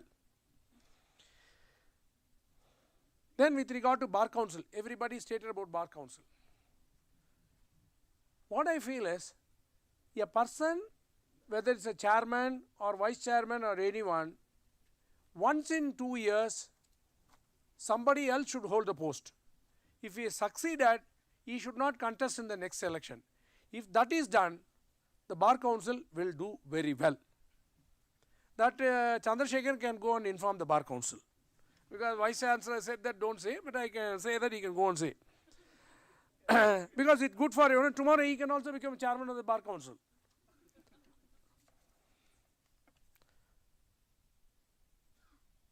Then Mr. Chandrasekkar said that if a senior advocate appears, you will give a different treatment, junior advocate appear different. In my court it is not like that. Juniors will be given more preference. If this, I see when senior appears, I will say nail the point. Juniors, give them a chance. Let them argue, because they have to come up in life and they have to show their potentialities. That's very important. You must understand one thing. I am a judge. It's a post. This is not permanent. A lawyer, you are also holding a position of a lawyer. That is also not permanent. Whereas the institution, namely judiciary, is permanent. So there will be a change. So everybody should learn all subjects and shine well. You may be, see today, tomorrow I may retire. I am going to retire on 16th August. Even though I have handled tax matters, criminal matters, labor matters and all other fields, on 17th August I will be treated as a senior advocate specialized in labor law. Not in all fields, because Justice Prakash is there, who is a practicing lawyer now. He is an expert in criminal side. So they will engage him. They will not come to me. Similarly, Justice Nagamuthu is a practicing advocate in the Supreme Court. The criminal cases will be given to him. The labor cases, the lawyers may come and give it to me. They may not give it to them. That is how you are treated like that. You must understand that. And with regard to the number of cases, you said you do some pro bono case free service. He knows. In our office, we have handled several legal aid matters. When I was a practicing lawyer, I have handled more than 25% of cases without charging any fees. Because many of, in fact, I used to feed them. They will not have money to have food. I have seen the employees. They will not have any money. They used to stay in my house, in the office. In fact, when I was having a breakfast or dinner, I'll ask them to come and sit with me and have food. That is how it has happened. I have not charged in workman's compensation cases because they would have lost their hand. They would have lost a leg while working in a machine. I have not charged any fees. Similarly, in motor accident claims, I said I won't charge. I have not charged. Then, so the last but one, because I said I will not exceed more than 5 minutes. You must understand the courts are temple of justice. Litigants are coming to the court to get justice. They are trying to get justice only by a sitting judge, by the application of mind, not by the assistance of AI in toto. So till such time, as Vice-chancellor said, the issue cannot be concluded today. It should be left open. As and when development takes place, it will be easy for us to adjust to the change, because in life, change alone is permanent, nothing else. Thank you. Thank you very much.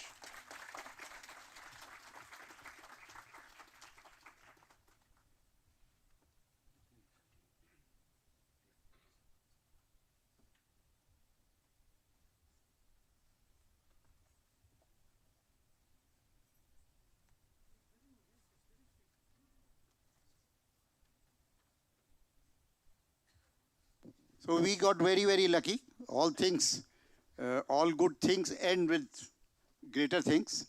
So while the field was wide open, we had Dr. Mani walk in, fortunately. And I must say, I was telling him, he has done something very, very few people do. He has moved heaven and earth to reach here, and we have now the pleasure of hearing.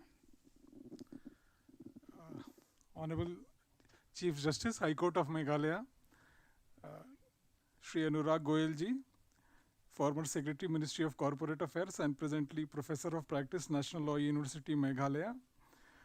Professor Dr. K. N. Chakravarti, whom I had the privilege of sharing a dais very in recent past, Vice-chancellor, West Bengal National Law University of Juridical Sciences, Kolkata. Shri C. K. Chandrasekkar, Standing Counsel, Bar Council of Tamil Nadu and Puducherry. Shri Jagdish Chandra Solanki, Consultant, Ministry of Law and Justice. Esteemed guests in the audience, dear students, ladies and gentlemen, and of course the host, Professor Indrajit Dube, Vice-chancellor, National Law University, Meghalaya, who actually took a lot of pains to invite us, and the Honorable Law Minister. However, due to certain exigencies, the Honorable Law Minister could not be present here in person today. Of course, I cannot make up for that loss, but on part of the Ministry of the Law and Justice, I'll just try to put the perspective in place. First of all, my sincere apologies to all those who are present here. I unfortunately, for some reason beyond my control, I missed my flight in the morning, which was directly to Shillong. But I had an inner urge to come here and meet all of you. So whatever alternate best arrangements I could make, I have arrived here so late. My sincere apologies for this. Given the theme of the discussion today, the innovations and reforms in the Indian legal system, what the Honorable Chief Justice has just mentioned, in fact, every law student should evaluate, because you are all budding lawyers in today's legal ecosystem, and tomorrow you are going to share so many responsibilities, whether in the capacity of a judge, whether in the capacity of an advocate, a legal advisor or a legal consultant, or of course as a citizen. Given the scenario that the legal ecosystem in the country is fast emerging as one of the most fruitful and satisfying careers for the students, I must appreciate also the fact that it is the age of India, as our Honorable Law Minister has always been emphasizing in all these public discourses. Initially, the Indian diaspora, what I recall during the early 50s and the 60s, they conquered the world in the form of their intellectual abilities by being professors in so many universities and all. And still, I see most of the foreign universities has some or the majority, or at least a majority of the non-local faculty would be an Indian faculty in foreign universities. Secondly, then came the wave of the migration of Indian doctors. We would see Indian qualified doctors working in so many places, in Africa, in Europe, in UK, in USA, and they have made a mark for themselves. Then came the technological era and the internet and all the IT revolution, and we have seen the Indian diaspora occupying all the best places in the world and leading the IT revolution not only in India but also throughout the world. Now I think is the next phase is for the Indian advocates to conquer the world scenario. It is ripe time that the legal system itself undertakes such reforms which facilitates the advocates and the law students who are actually graduating from India to make their mark on the world stage. And this is, I think, the another revolution which the Indian diaspora may have a very profound impact on the world stage. In fact, in this context, I would also like to recall that based on the government policy, there has been some few, very cautious steps which have been taken by the Bar Council of India to open up the legal sector. But however, that is actually yet to take place in shape. The regulations have been framed by the Bar Council India for entry of foreign lawyers in India, and of course on reciprocal basis, wherein of course they extend similar benefits to advocates who have qualified in law from Indian universities. Given that scenario, the other issue which is very important and which I think we all need to cater, given the pendency of over 5 crore matters in various courts and tribunals of the country, is the fact that it is now time to take recourse to the alternative dispute resolution mechanisms. Given the fact that the government has been very actively pursuing the cause to promote institutional arbitration, of course the amendments took place in the Arbitration and Conciliation Act 1996 during the year 2019, and one Arbitration Council of India was to be constituted, which we hope would be shortly constituted now, which would actually have a very profound impact on the institutionalization of the arbitration ecosystem of India. We all understand that given the pendency of the litigation in the country, it's just not possible for the courts, even if we augment the infrastructure to the best of the government's ability and the courts function to the best of their ability, it still would take a lot of time for the pendency to subside. And given that new institution of cases are always on the rise, and post-COVID we have seen a surge of such cases in different areas of litigation. So it is very essential that we have to look very seriously to promote, encourage, and the parties to take recourse to the alternative dispute resolution mechanisms of arbitration. And lately, the Parliament has enacted the Mediation Act last year, 2023, which I am very hopeful that the Mediation Council of India would be constituted shortly, and we would have the office bearers and the rules and regulations governing the mediation ecosystem in the country would be in operation. Of course, arbitration and mediation have had a very long history in India. Prior to the Arbitration Act of 1940 also we had an Arbitration Act, but 1996 when the unilateral model law was adopted by the Indian Parliament and the arbitration ecosystem was as per the international norms. However, there are still many challenges in that, and particularly it is with regard to the finality of the award. Because the arbitration ecosystem as such, the parties do not face much problem. But once the issue regarding the challenge or the enforcement of the award is concerned, there is of course an issue, because that it goes to the another tangent, and then the parties are not sure as to when they would be able to have a finality of the award which has been pronounced by the arbitrators or the arbitral tribunal. In that scenario, I think mediation offers a better remedy, a more quicker remedy, and of course more informal remedy, because all said and done, arbitration of course is an adjudicatory system of dispute resolution, whereby the parties have to make their claims and counterclaims, and then the evidences are placed, and then of course the arguments are heard, and the judge and the arbitrator pronounces it as per the evidence and record which has been placed by him, placed on record before him by the parties. Of course, on merits, we all know that the award of the arbitrator cannot be challenged, but there are other grounds on which you can challenge, and those grounds, when invoked by the parties, take a lot of time. In that scenario, the mediation ecosystem is much more informal, and it is giving the power in the hands of the parties themselves in case they want to settle the dispute, they can certainly settle on the best terms they feel it is feasible and practicable. Of course, what is required is that this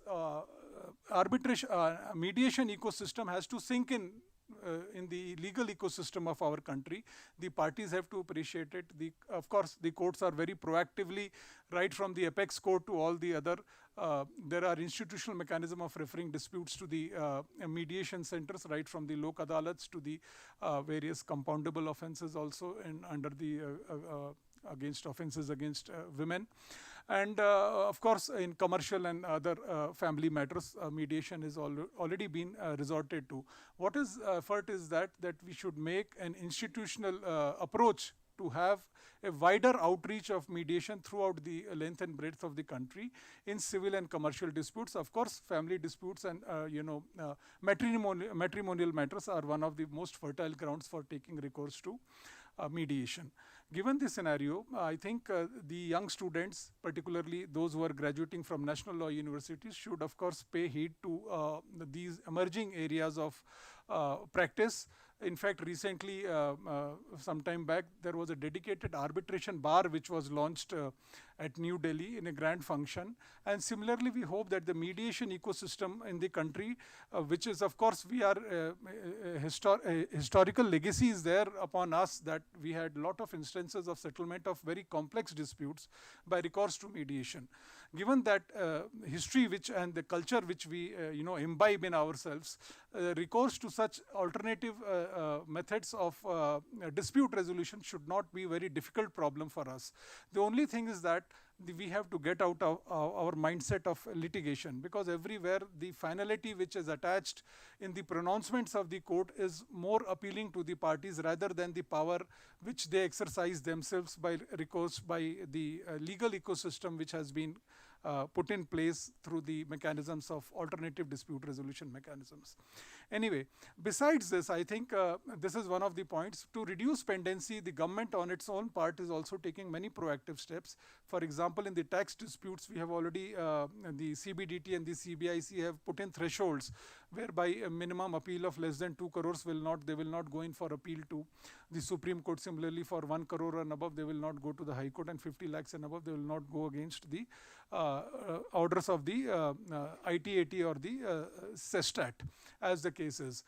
Given that scenario, other government departments also need to look into this aspect as to whether they can have some monetary threshold, whether to accept the order if otherwise the economics of the litigation doesn't work out, and the amount which you are to actually pay in furtherance of a judicial order or award is adhered to.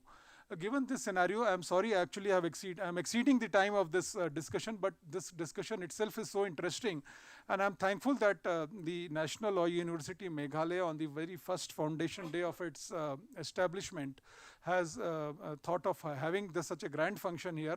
It is my ill luck that I could not be here on time, but given the my inner urge to be here with you and speak about few things about what I feel is very essential for the young students to know, and from the government perspective, which I should inform to the esteemed audience and the panelists, I thought I will take this opportunity to steal some time from your very valuable time which you have given all of you.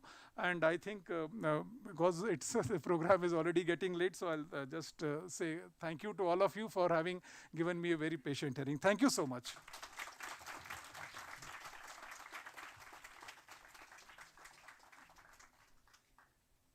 Thank you, Dr. Mani. Now, as the moderator, let me thank my panel, Dr. Rajiv Mani, for having made the effort and having delivered so many crisp, important thoughts in such a short time to the rest of the panelists.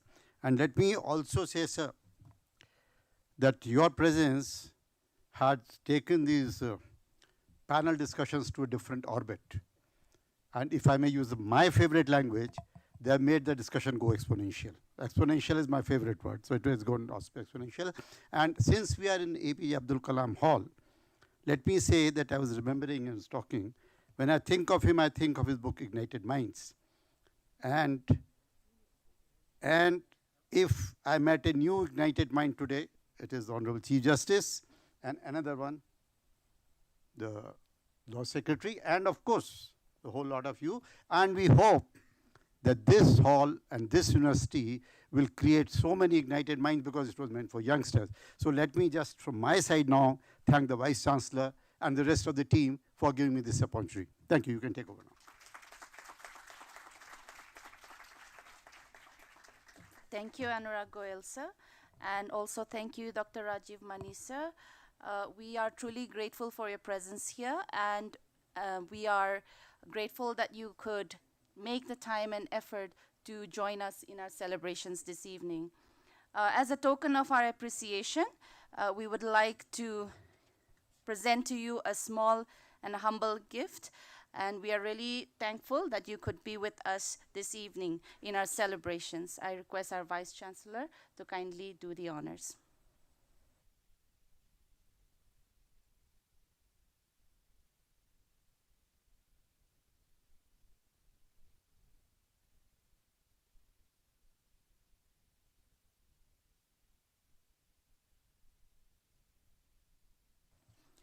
Thank you also to all our esteemed panelists for sharing their invaluable insights, and to our respected moderator for guiding this enlightening discussion. We appreciate your contributions to the dialogue on legal innovations and reforms in India.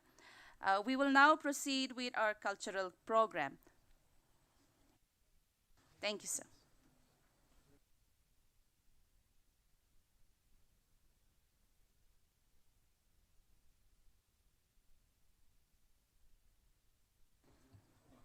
First, we have the Khmer Creative Society, KCS, from Nongstoin, Meghalaya, whose primary objective is to champion traditional Meghalayan music, while infusing it with elements of contemporary musical expression. KCS remains actively engaged in various ongoing projects throughout Meghalaya, dedicated to nurturing and providing platforms to young talents. After this, we will have Daryl and Gregory of Blue Temptation.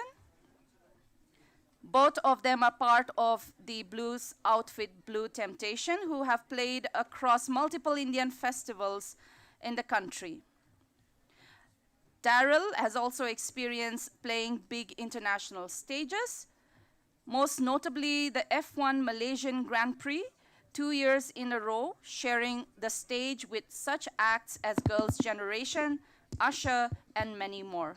I'd like to invite Khmer Creative Society onto the stage.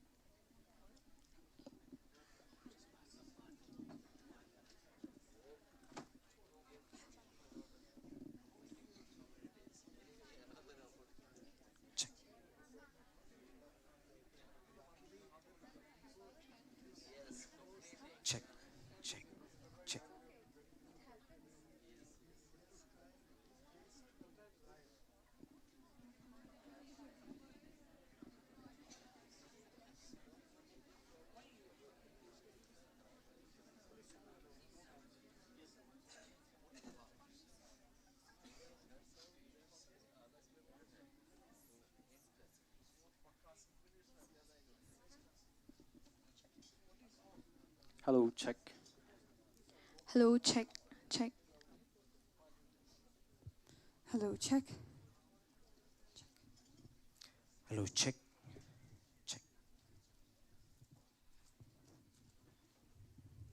Good evening, everyone. We are the Khmer Creative Society, and this evening we have 2 songs for you. The first one is called Dinjad.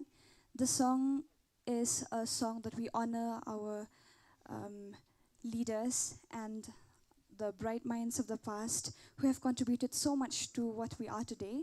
And the second song is called Ye Jo Desh, And the song is fused with Khasi lyrics, and we hope you'll like them.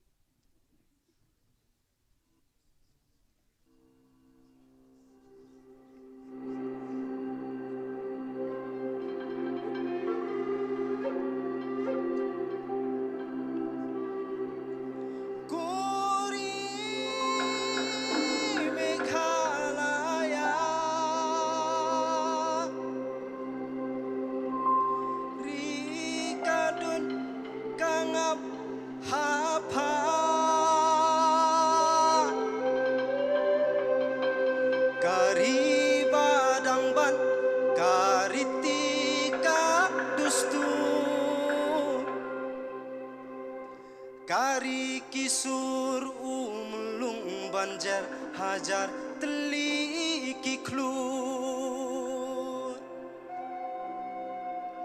Kori Meghalaya Ri sertap kilok kabneng tengku hapa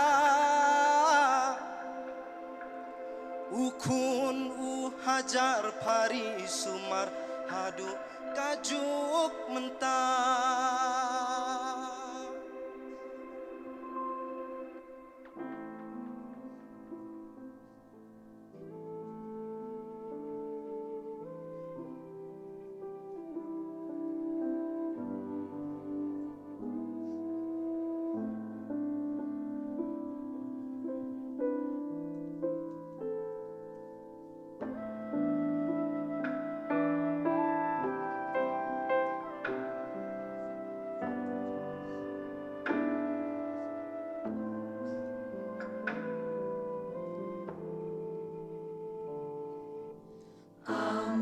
Ban budin, ban lam yaki Shakitai, shakitai Kumuklur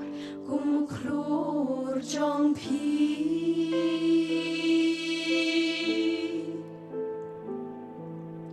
Amanu ban budin, ban lam yaki Shakitai, shakitai Kumuklur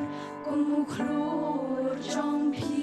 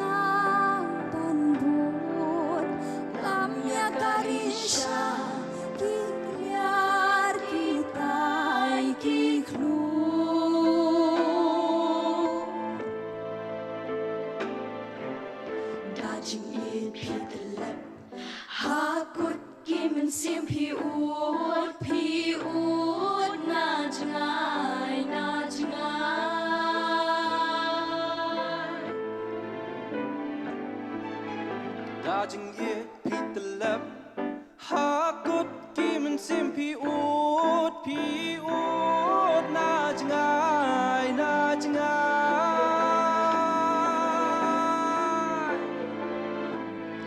Ban bút kia điên chót hấp ban nhạt lệnh ba ca si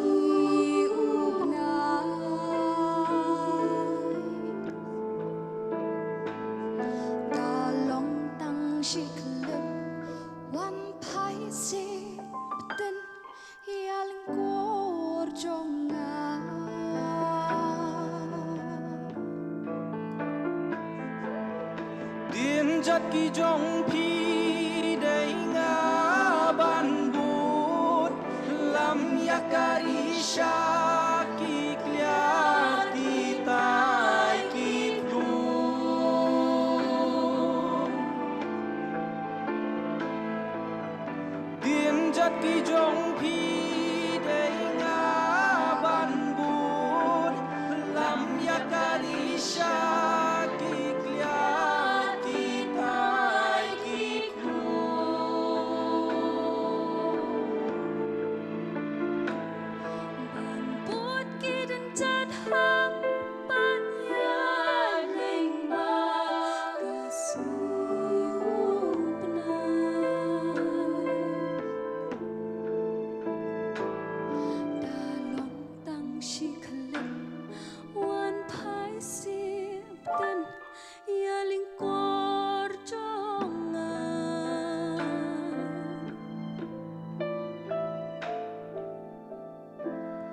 Kijaka kiskot kari joma. Kiting irbeim hakamra shinja. Kan mau iye yaki. Limter arta.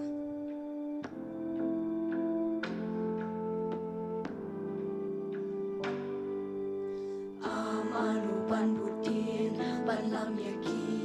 Shakitai, shakitai, kumuklur, kumuklur jongpi.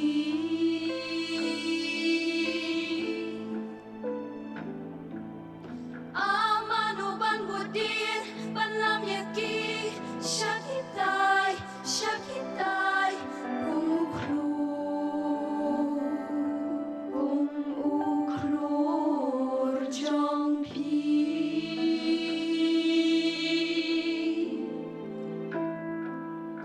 Dinjat ki jong phi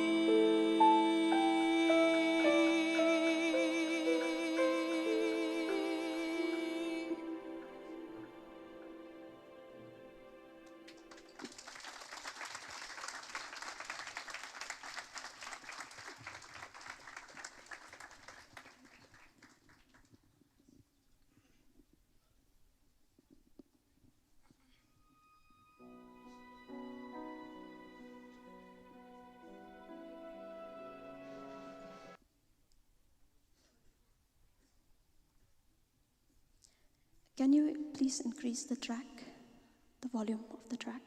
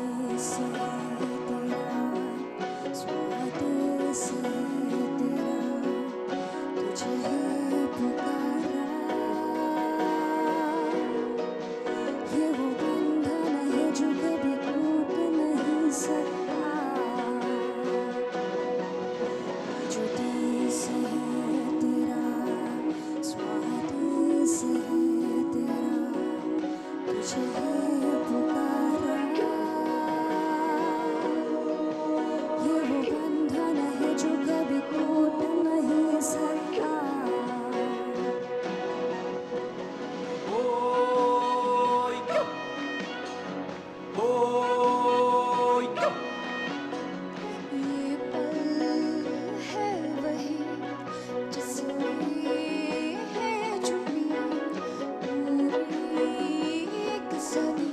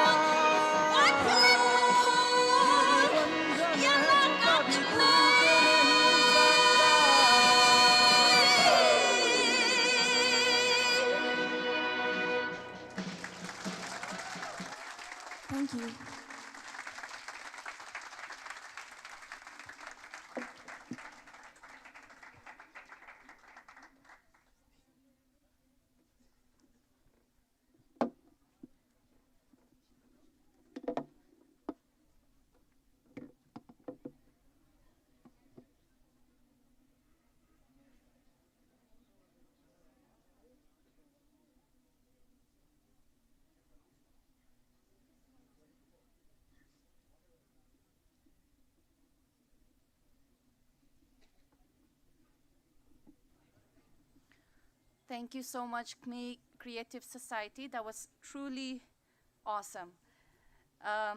Now we will have Daryl and Gregory of Blue Temptation. They have played across multiple Indian festivals across the country. And Daryl also has the experience of playing in big international stages, most notably the F1 Malaysian Grand Prix, 2 years in a row, sharing the stage with such acts as Girls' Generation, Usher, and many more. Ladies and gentlemen, Daryl and Gregory for you.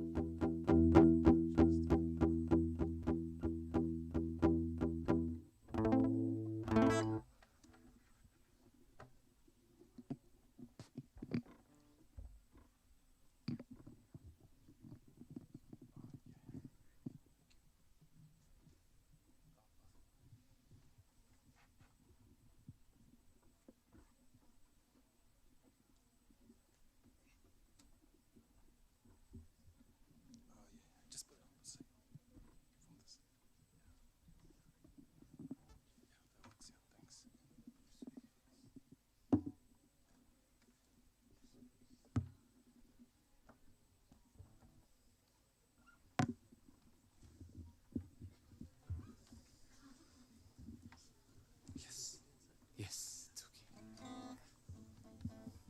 Ooh.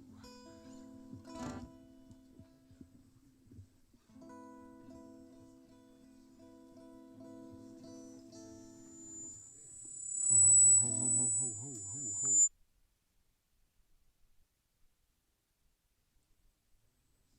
Good.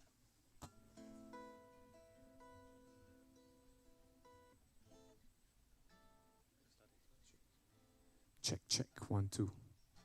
Ryan, we good? Check. Guitar start.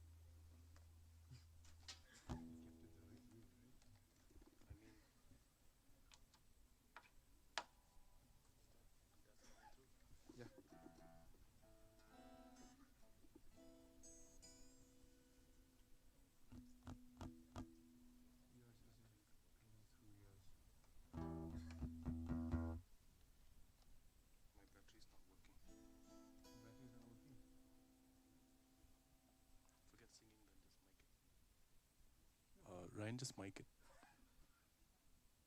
Just mic it, just mic it.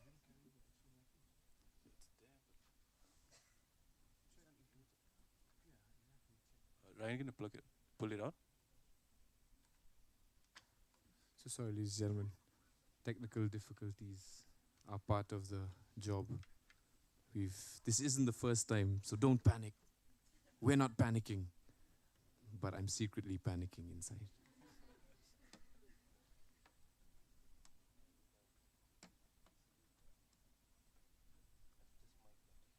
You can't take it out.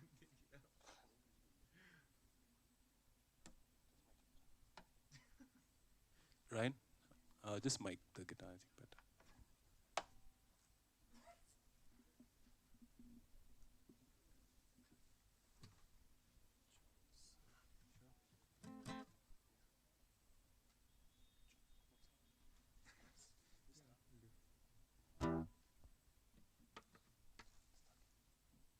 Check, check. All right, ladies and gentlemen, hello. I think it has been fixed. Oh, wait, no, I see. Just when I thought it has been fixed, he comes running in with a different mic stand.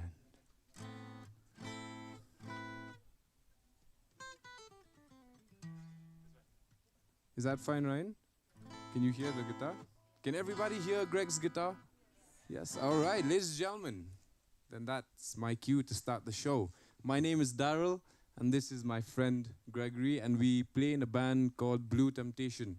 I don't know how many of you have heard of our band, but it's been around for a while. We have a couple of EPs, and we have some songs out. So if maybe you'd like to check them out, you can do so. It's maybe you like them, maybe you won't. But anyways, this evening we're gonna do original songs. We're gonna try to do original songs, and yeah, these are songs we've written and recorded over the years, and you can find them on YouTube or wherever you consume your music. So the first one is called Lost, and goes something like this.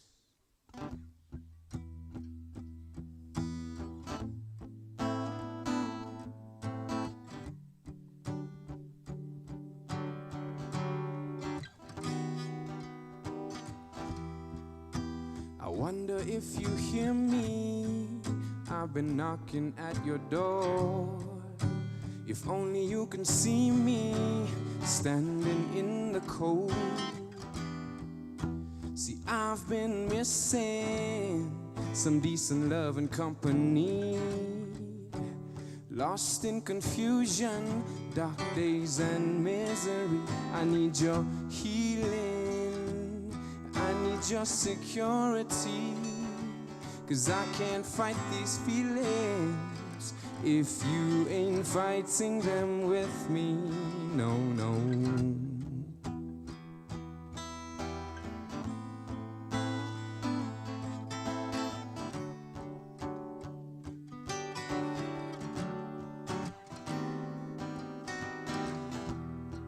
I wander in confusion, just looking for a place to hide. But I end up in circles, it gets worse each and every time, yeah. I think about the end and what it might mean. Maybe I'll take the road so I can be free. All of these questions in my mind keep screaming out every time. I need your healing, I need your security. 'Cause I can't fight these feelings if you ain't fighting them with me. Oh, I need your healing, I need your security. 'Cause I can't fight these feelings if you ain't fighting them with me. Mr. Gregory Ford, no.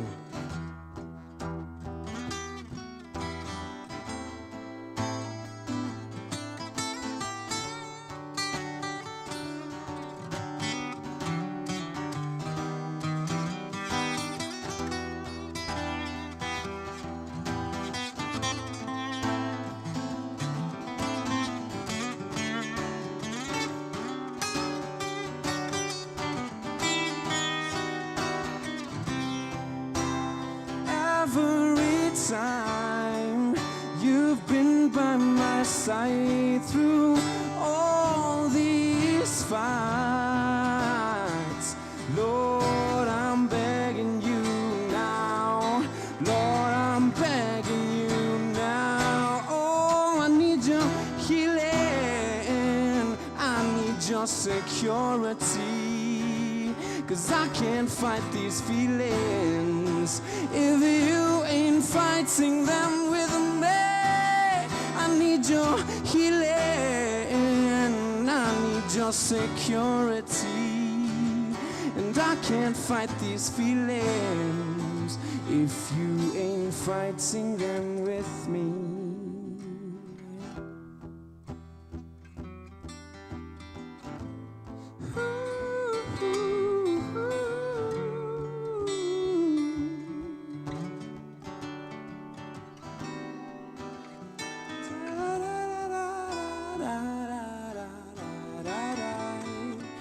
I know and I know, yes I know that you're still fighting them with me.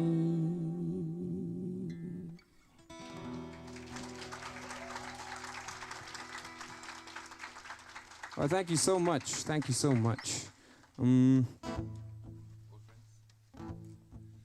This next song is it's about old friends. Greg and I have known each other for, say, 20 years. Yeah, we've known each other. We've played music together. We've gone through life together. We've had our breakups and our good days, our bad days, our scraped knees and stuff. So we kind of know each other a little by heart, and it's always a good thing because he always checks me when I'm doing something wrong, and I do the same when he does it. So, there's something magical about old friends. If you have old friends, always keep them close because they're family at the end of the day, right? This one's called Old Friends.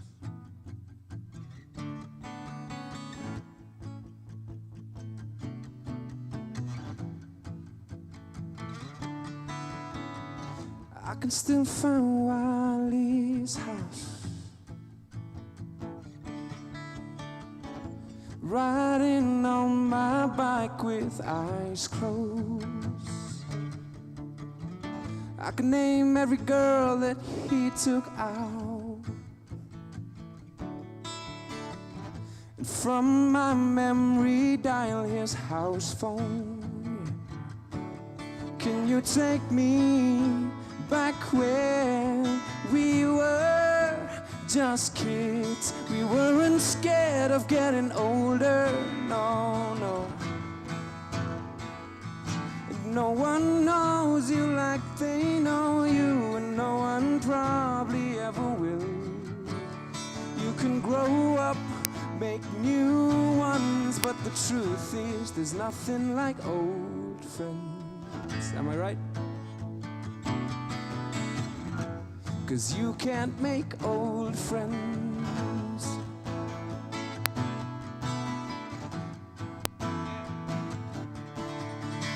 I can still feel the windows down. Jimmy eat a world riding 3 wide on Blake's backseat, yeah. My God, it's been 10 years now.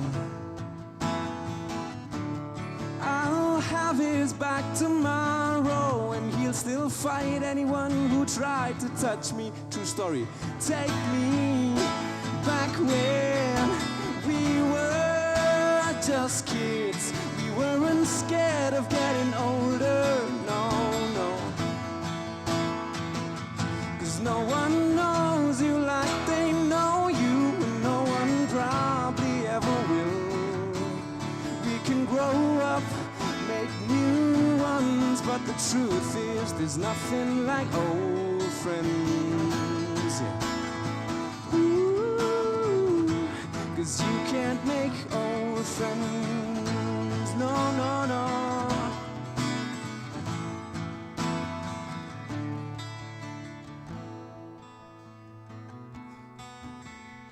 Always keep your friends close. The newer ones become old eventually. I've got some good friends now. I've never seen their parents' back porch. Wouldn't change how things turned out. There's no one in this time zone knows what inline skates that I wore. Can you take me back when we were just kids? We weren't scared of getting older, no, no. 'Cause no one knows you like they know you, and no one probably ever will. You can grow up, make new ones, but the truth is that we grow up, then wish we could go back there. There's nothing like old friends. Ooh, 'cause you can't make old friends, no. Ooh, no, you can't make old friends.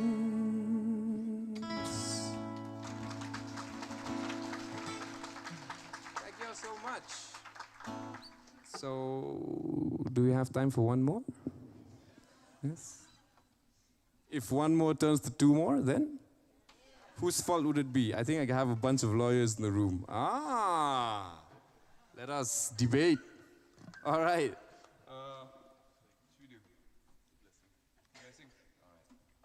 Ladies and gentlemen, this is a song from our band, Blue Temptation.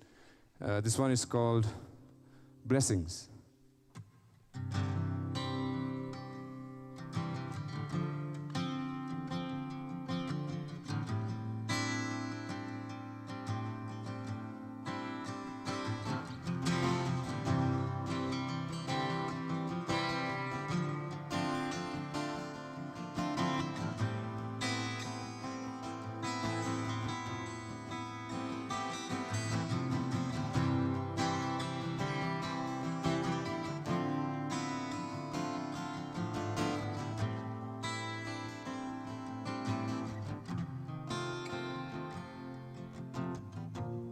Turn up the heat, increase the cracks, tear your sheets and wrap your wounds.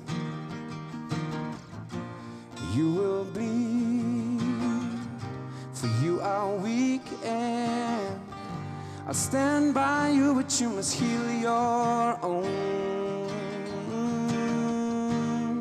I can't find what you're looking for. If I lose my standing ground, you know better when to stop. This is rightly when you can take it no more. Perfect time to pack up and walk out that door. Now let me tell you, I give you my blessing, and I hope you see what's missing in you. Oh, you have shown me the kind of woman I want, the kind of woman I need, yeah.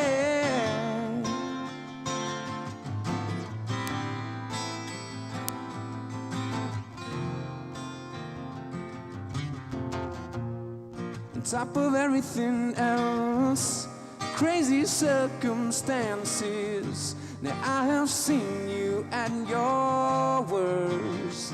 Yeah, and I pulled you up, I gave you breath, and I made you reason to smile.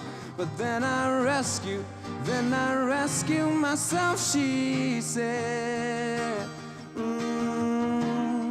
You can't find what you're looking for. If you lose your standing ground, you know better when to stop. This is rightly when you can take it no more. the perfect time to pack up and walk out that door. Now let me tell you,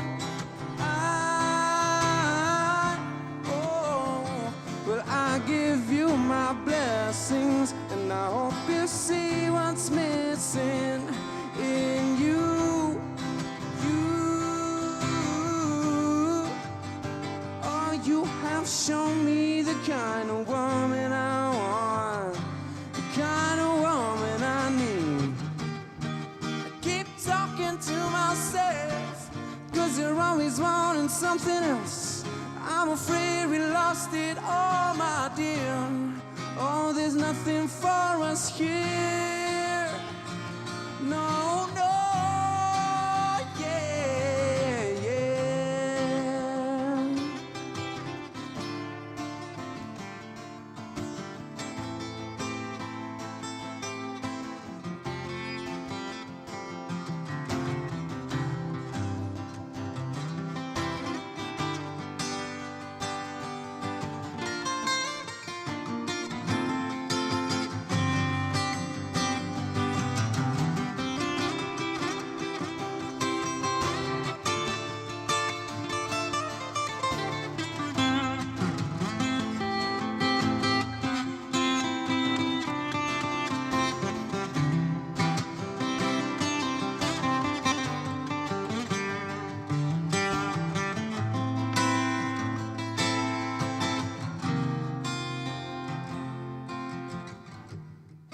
Can't find what I'm looking for. If I lose my standing ground, no better when to start. This is rightly when you can take it no more. The perfect time to pack up and walk out that door. Let me tell you,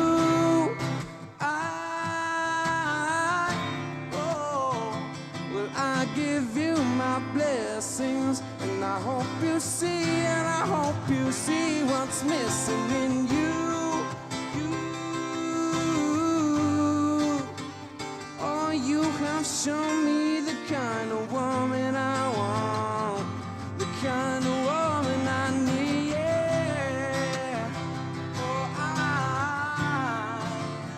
I give you my blessings, and I hope you see what's missing in you.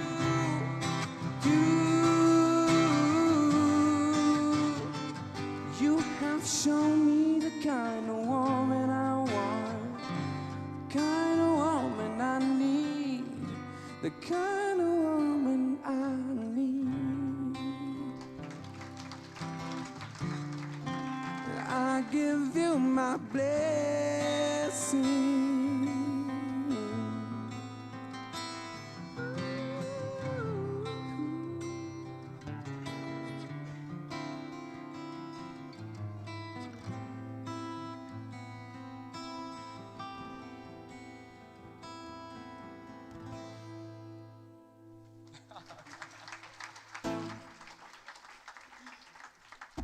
Thank you so much. Thank you. One more song? All right, we're gonna do one more song, but we're gonna need your help, all right? There's gonna be a part of the song, I'm gonna need your help. We're gonna do it together, all right? Together always, it's always better. Am I right? Is together better? It's okay, I'll teach you. I'll teach you. There's a part you just have to repeat after me. It's so easy.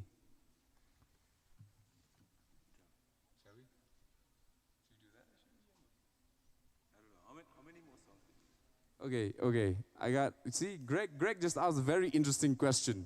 Thank you, my site counsel. Anyways, how many more songs do we have left? One or two? Oh, one. Yeah, we'll do that. Which one? That's all. Sing-alongs. Oh, the sing-alongs are okay. All right. It's easy. Anyways, thank you all so much. My name is Daryl, and this is Greg. It has been awesome. You guys are wonderful. All the best in whatever you do. Yeah. All the best. This one is about I don't know how many of you guys, you all are still studying. It's university and it's law. It's pretty tough, right? I think so. So you have late nights, right? It's kind of hard to sleep sometimes, no? Yeah. We're creatives also, so we kind of don't sleep. That's our schedule as well. So yeah. But it's always nice to have friends who do that as well, you know, who can relate to that. So this song is about that. This one is called Lie Awake.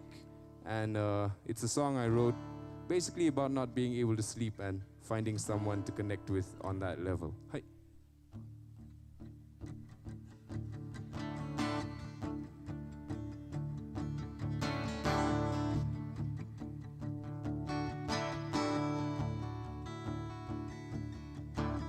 I spin in circles around my head. I'm getting tired, but I can't fall asleep just yet. I'm dying to forget. Ooh. It's just a feeling. I tell myself it'll soon be over. It'll all just disappear. Fly away all on itself. Ooh. When you come and lie awake, when you come and lie awake with me.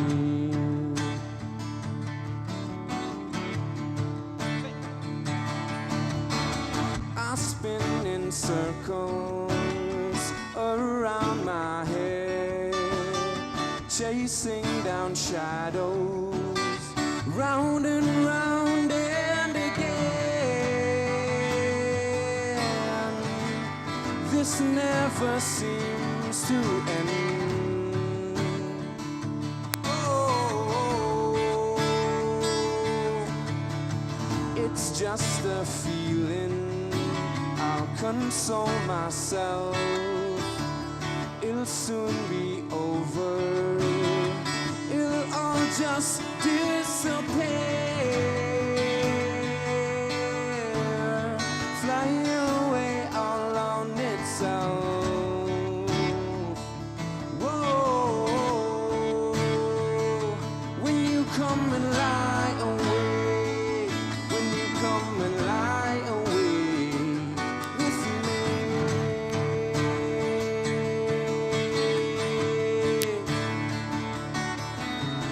Hold me down. Hold me down. When I am too far off the ground, when I am far away and lost, will you come and lie awake? Lie awake with me. All right. This is the part, ladies and gentlemen. Are you ready? Oh, man. Oh, it's your turn, guys. It's your turn. Are you ready? Just repeat after me as loud as you can, all right? Ready? Sing. Ooh, oh, oh. As loud as you can, now sing. Ooh, oh, oh. Yeah, louder now. Ooh, oh, oh. A bit louder. Ooh, oh, oh.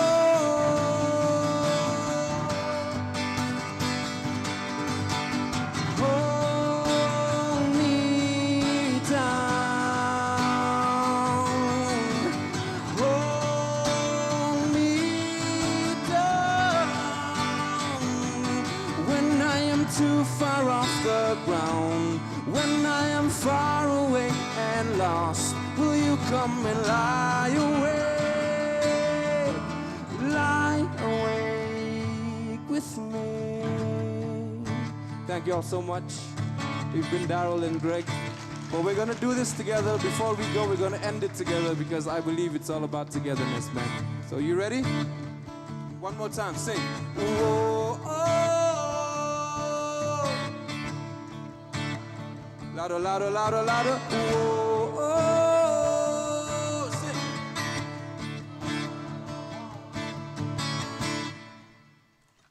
Peace.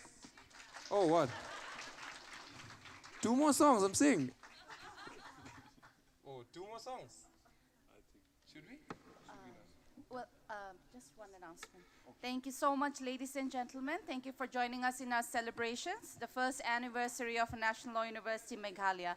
Now we'd like to welcome all of you for dinner.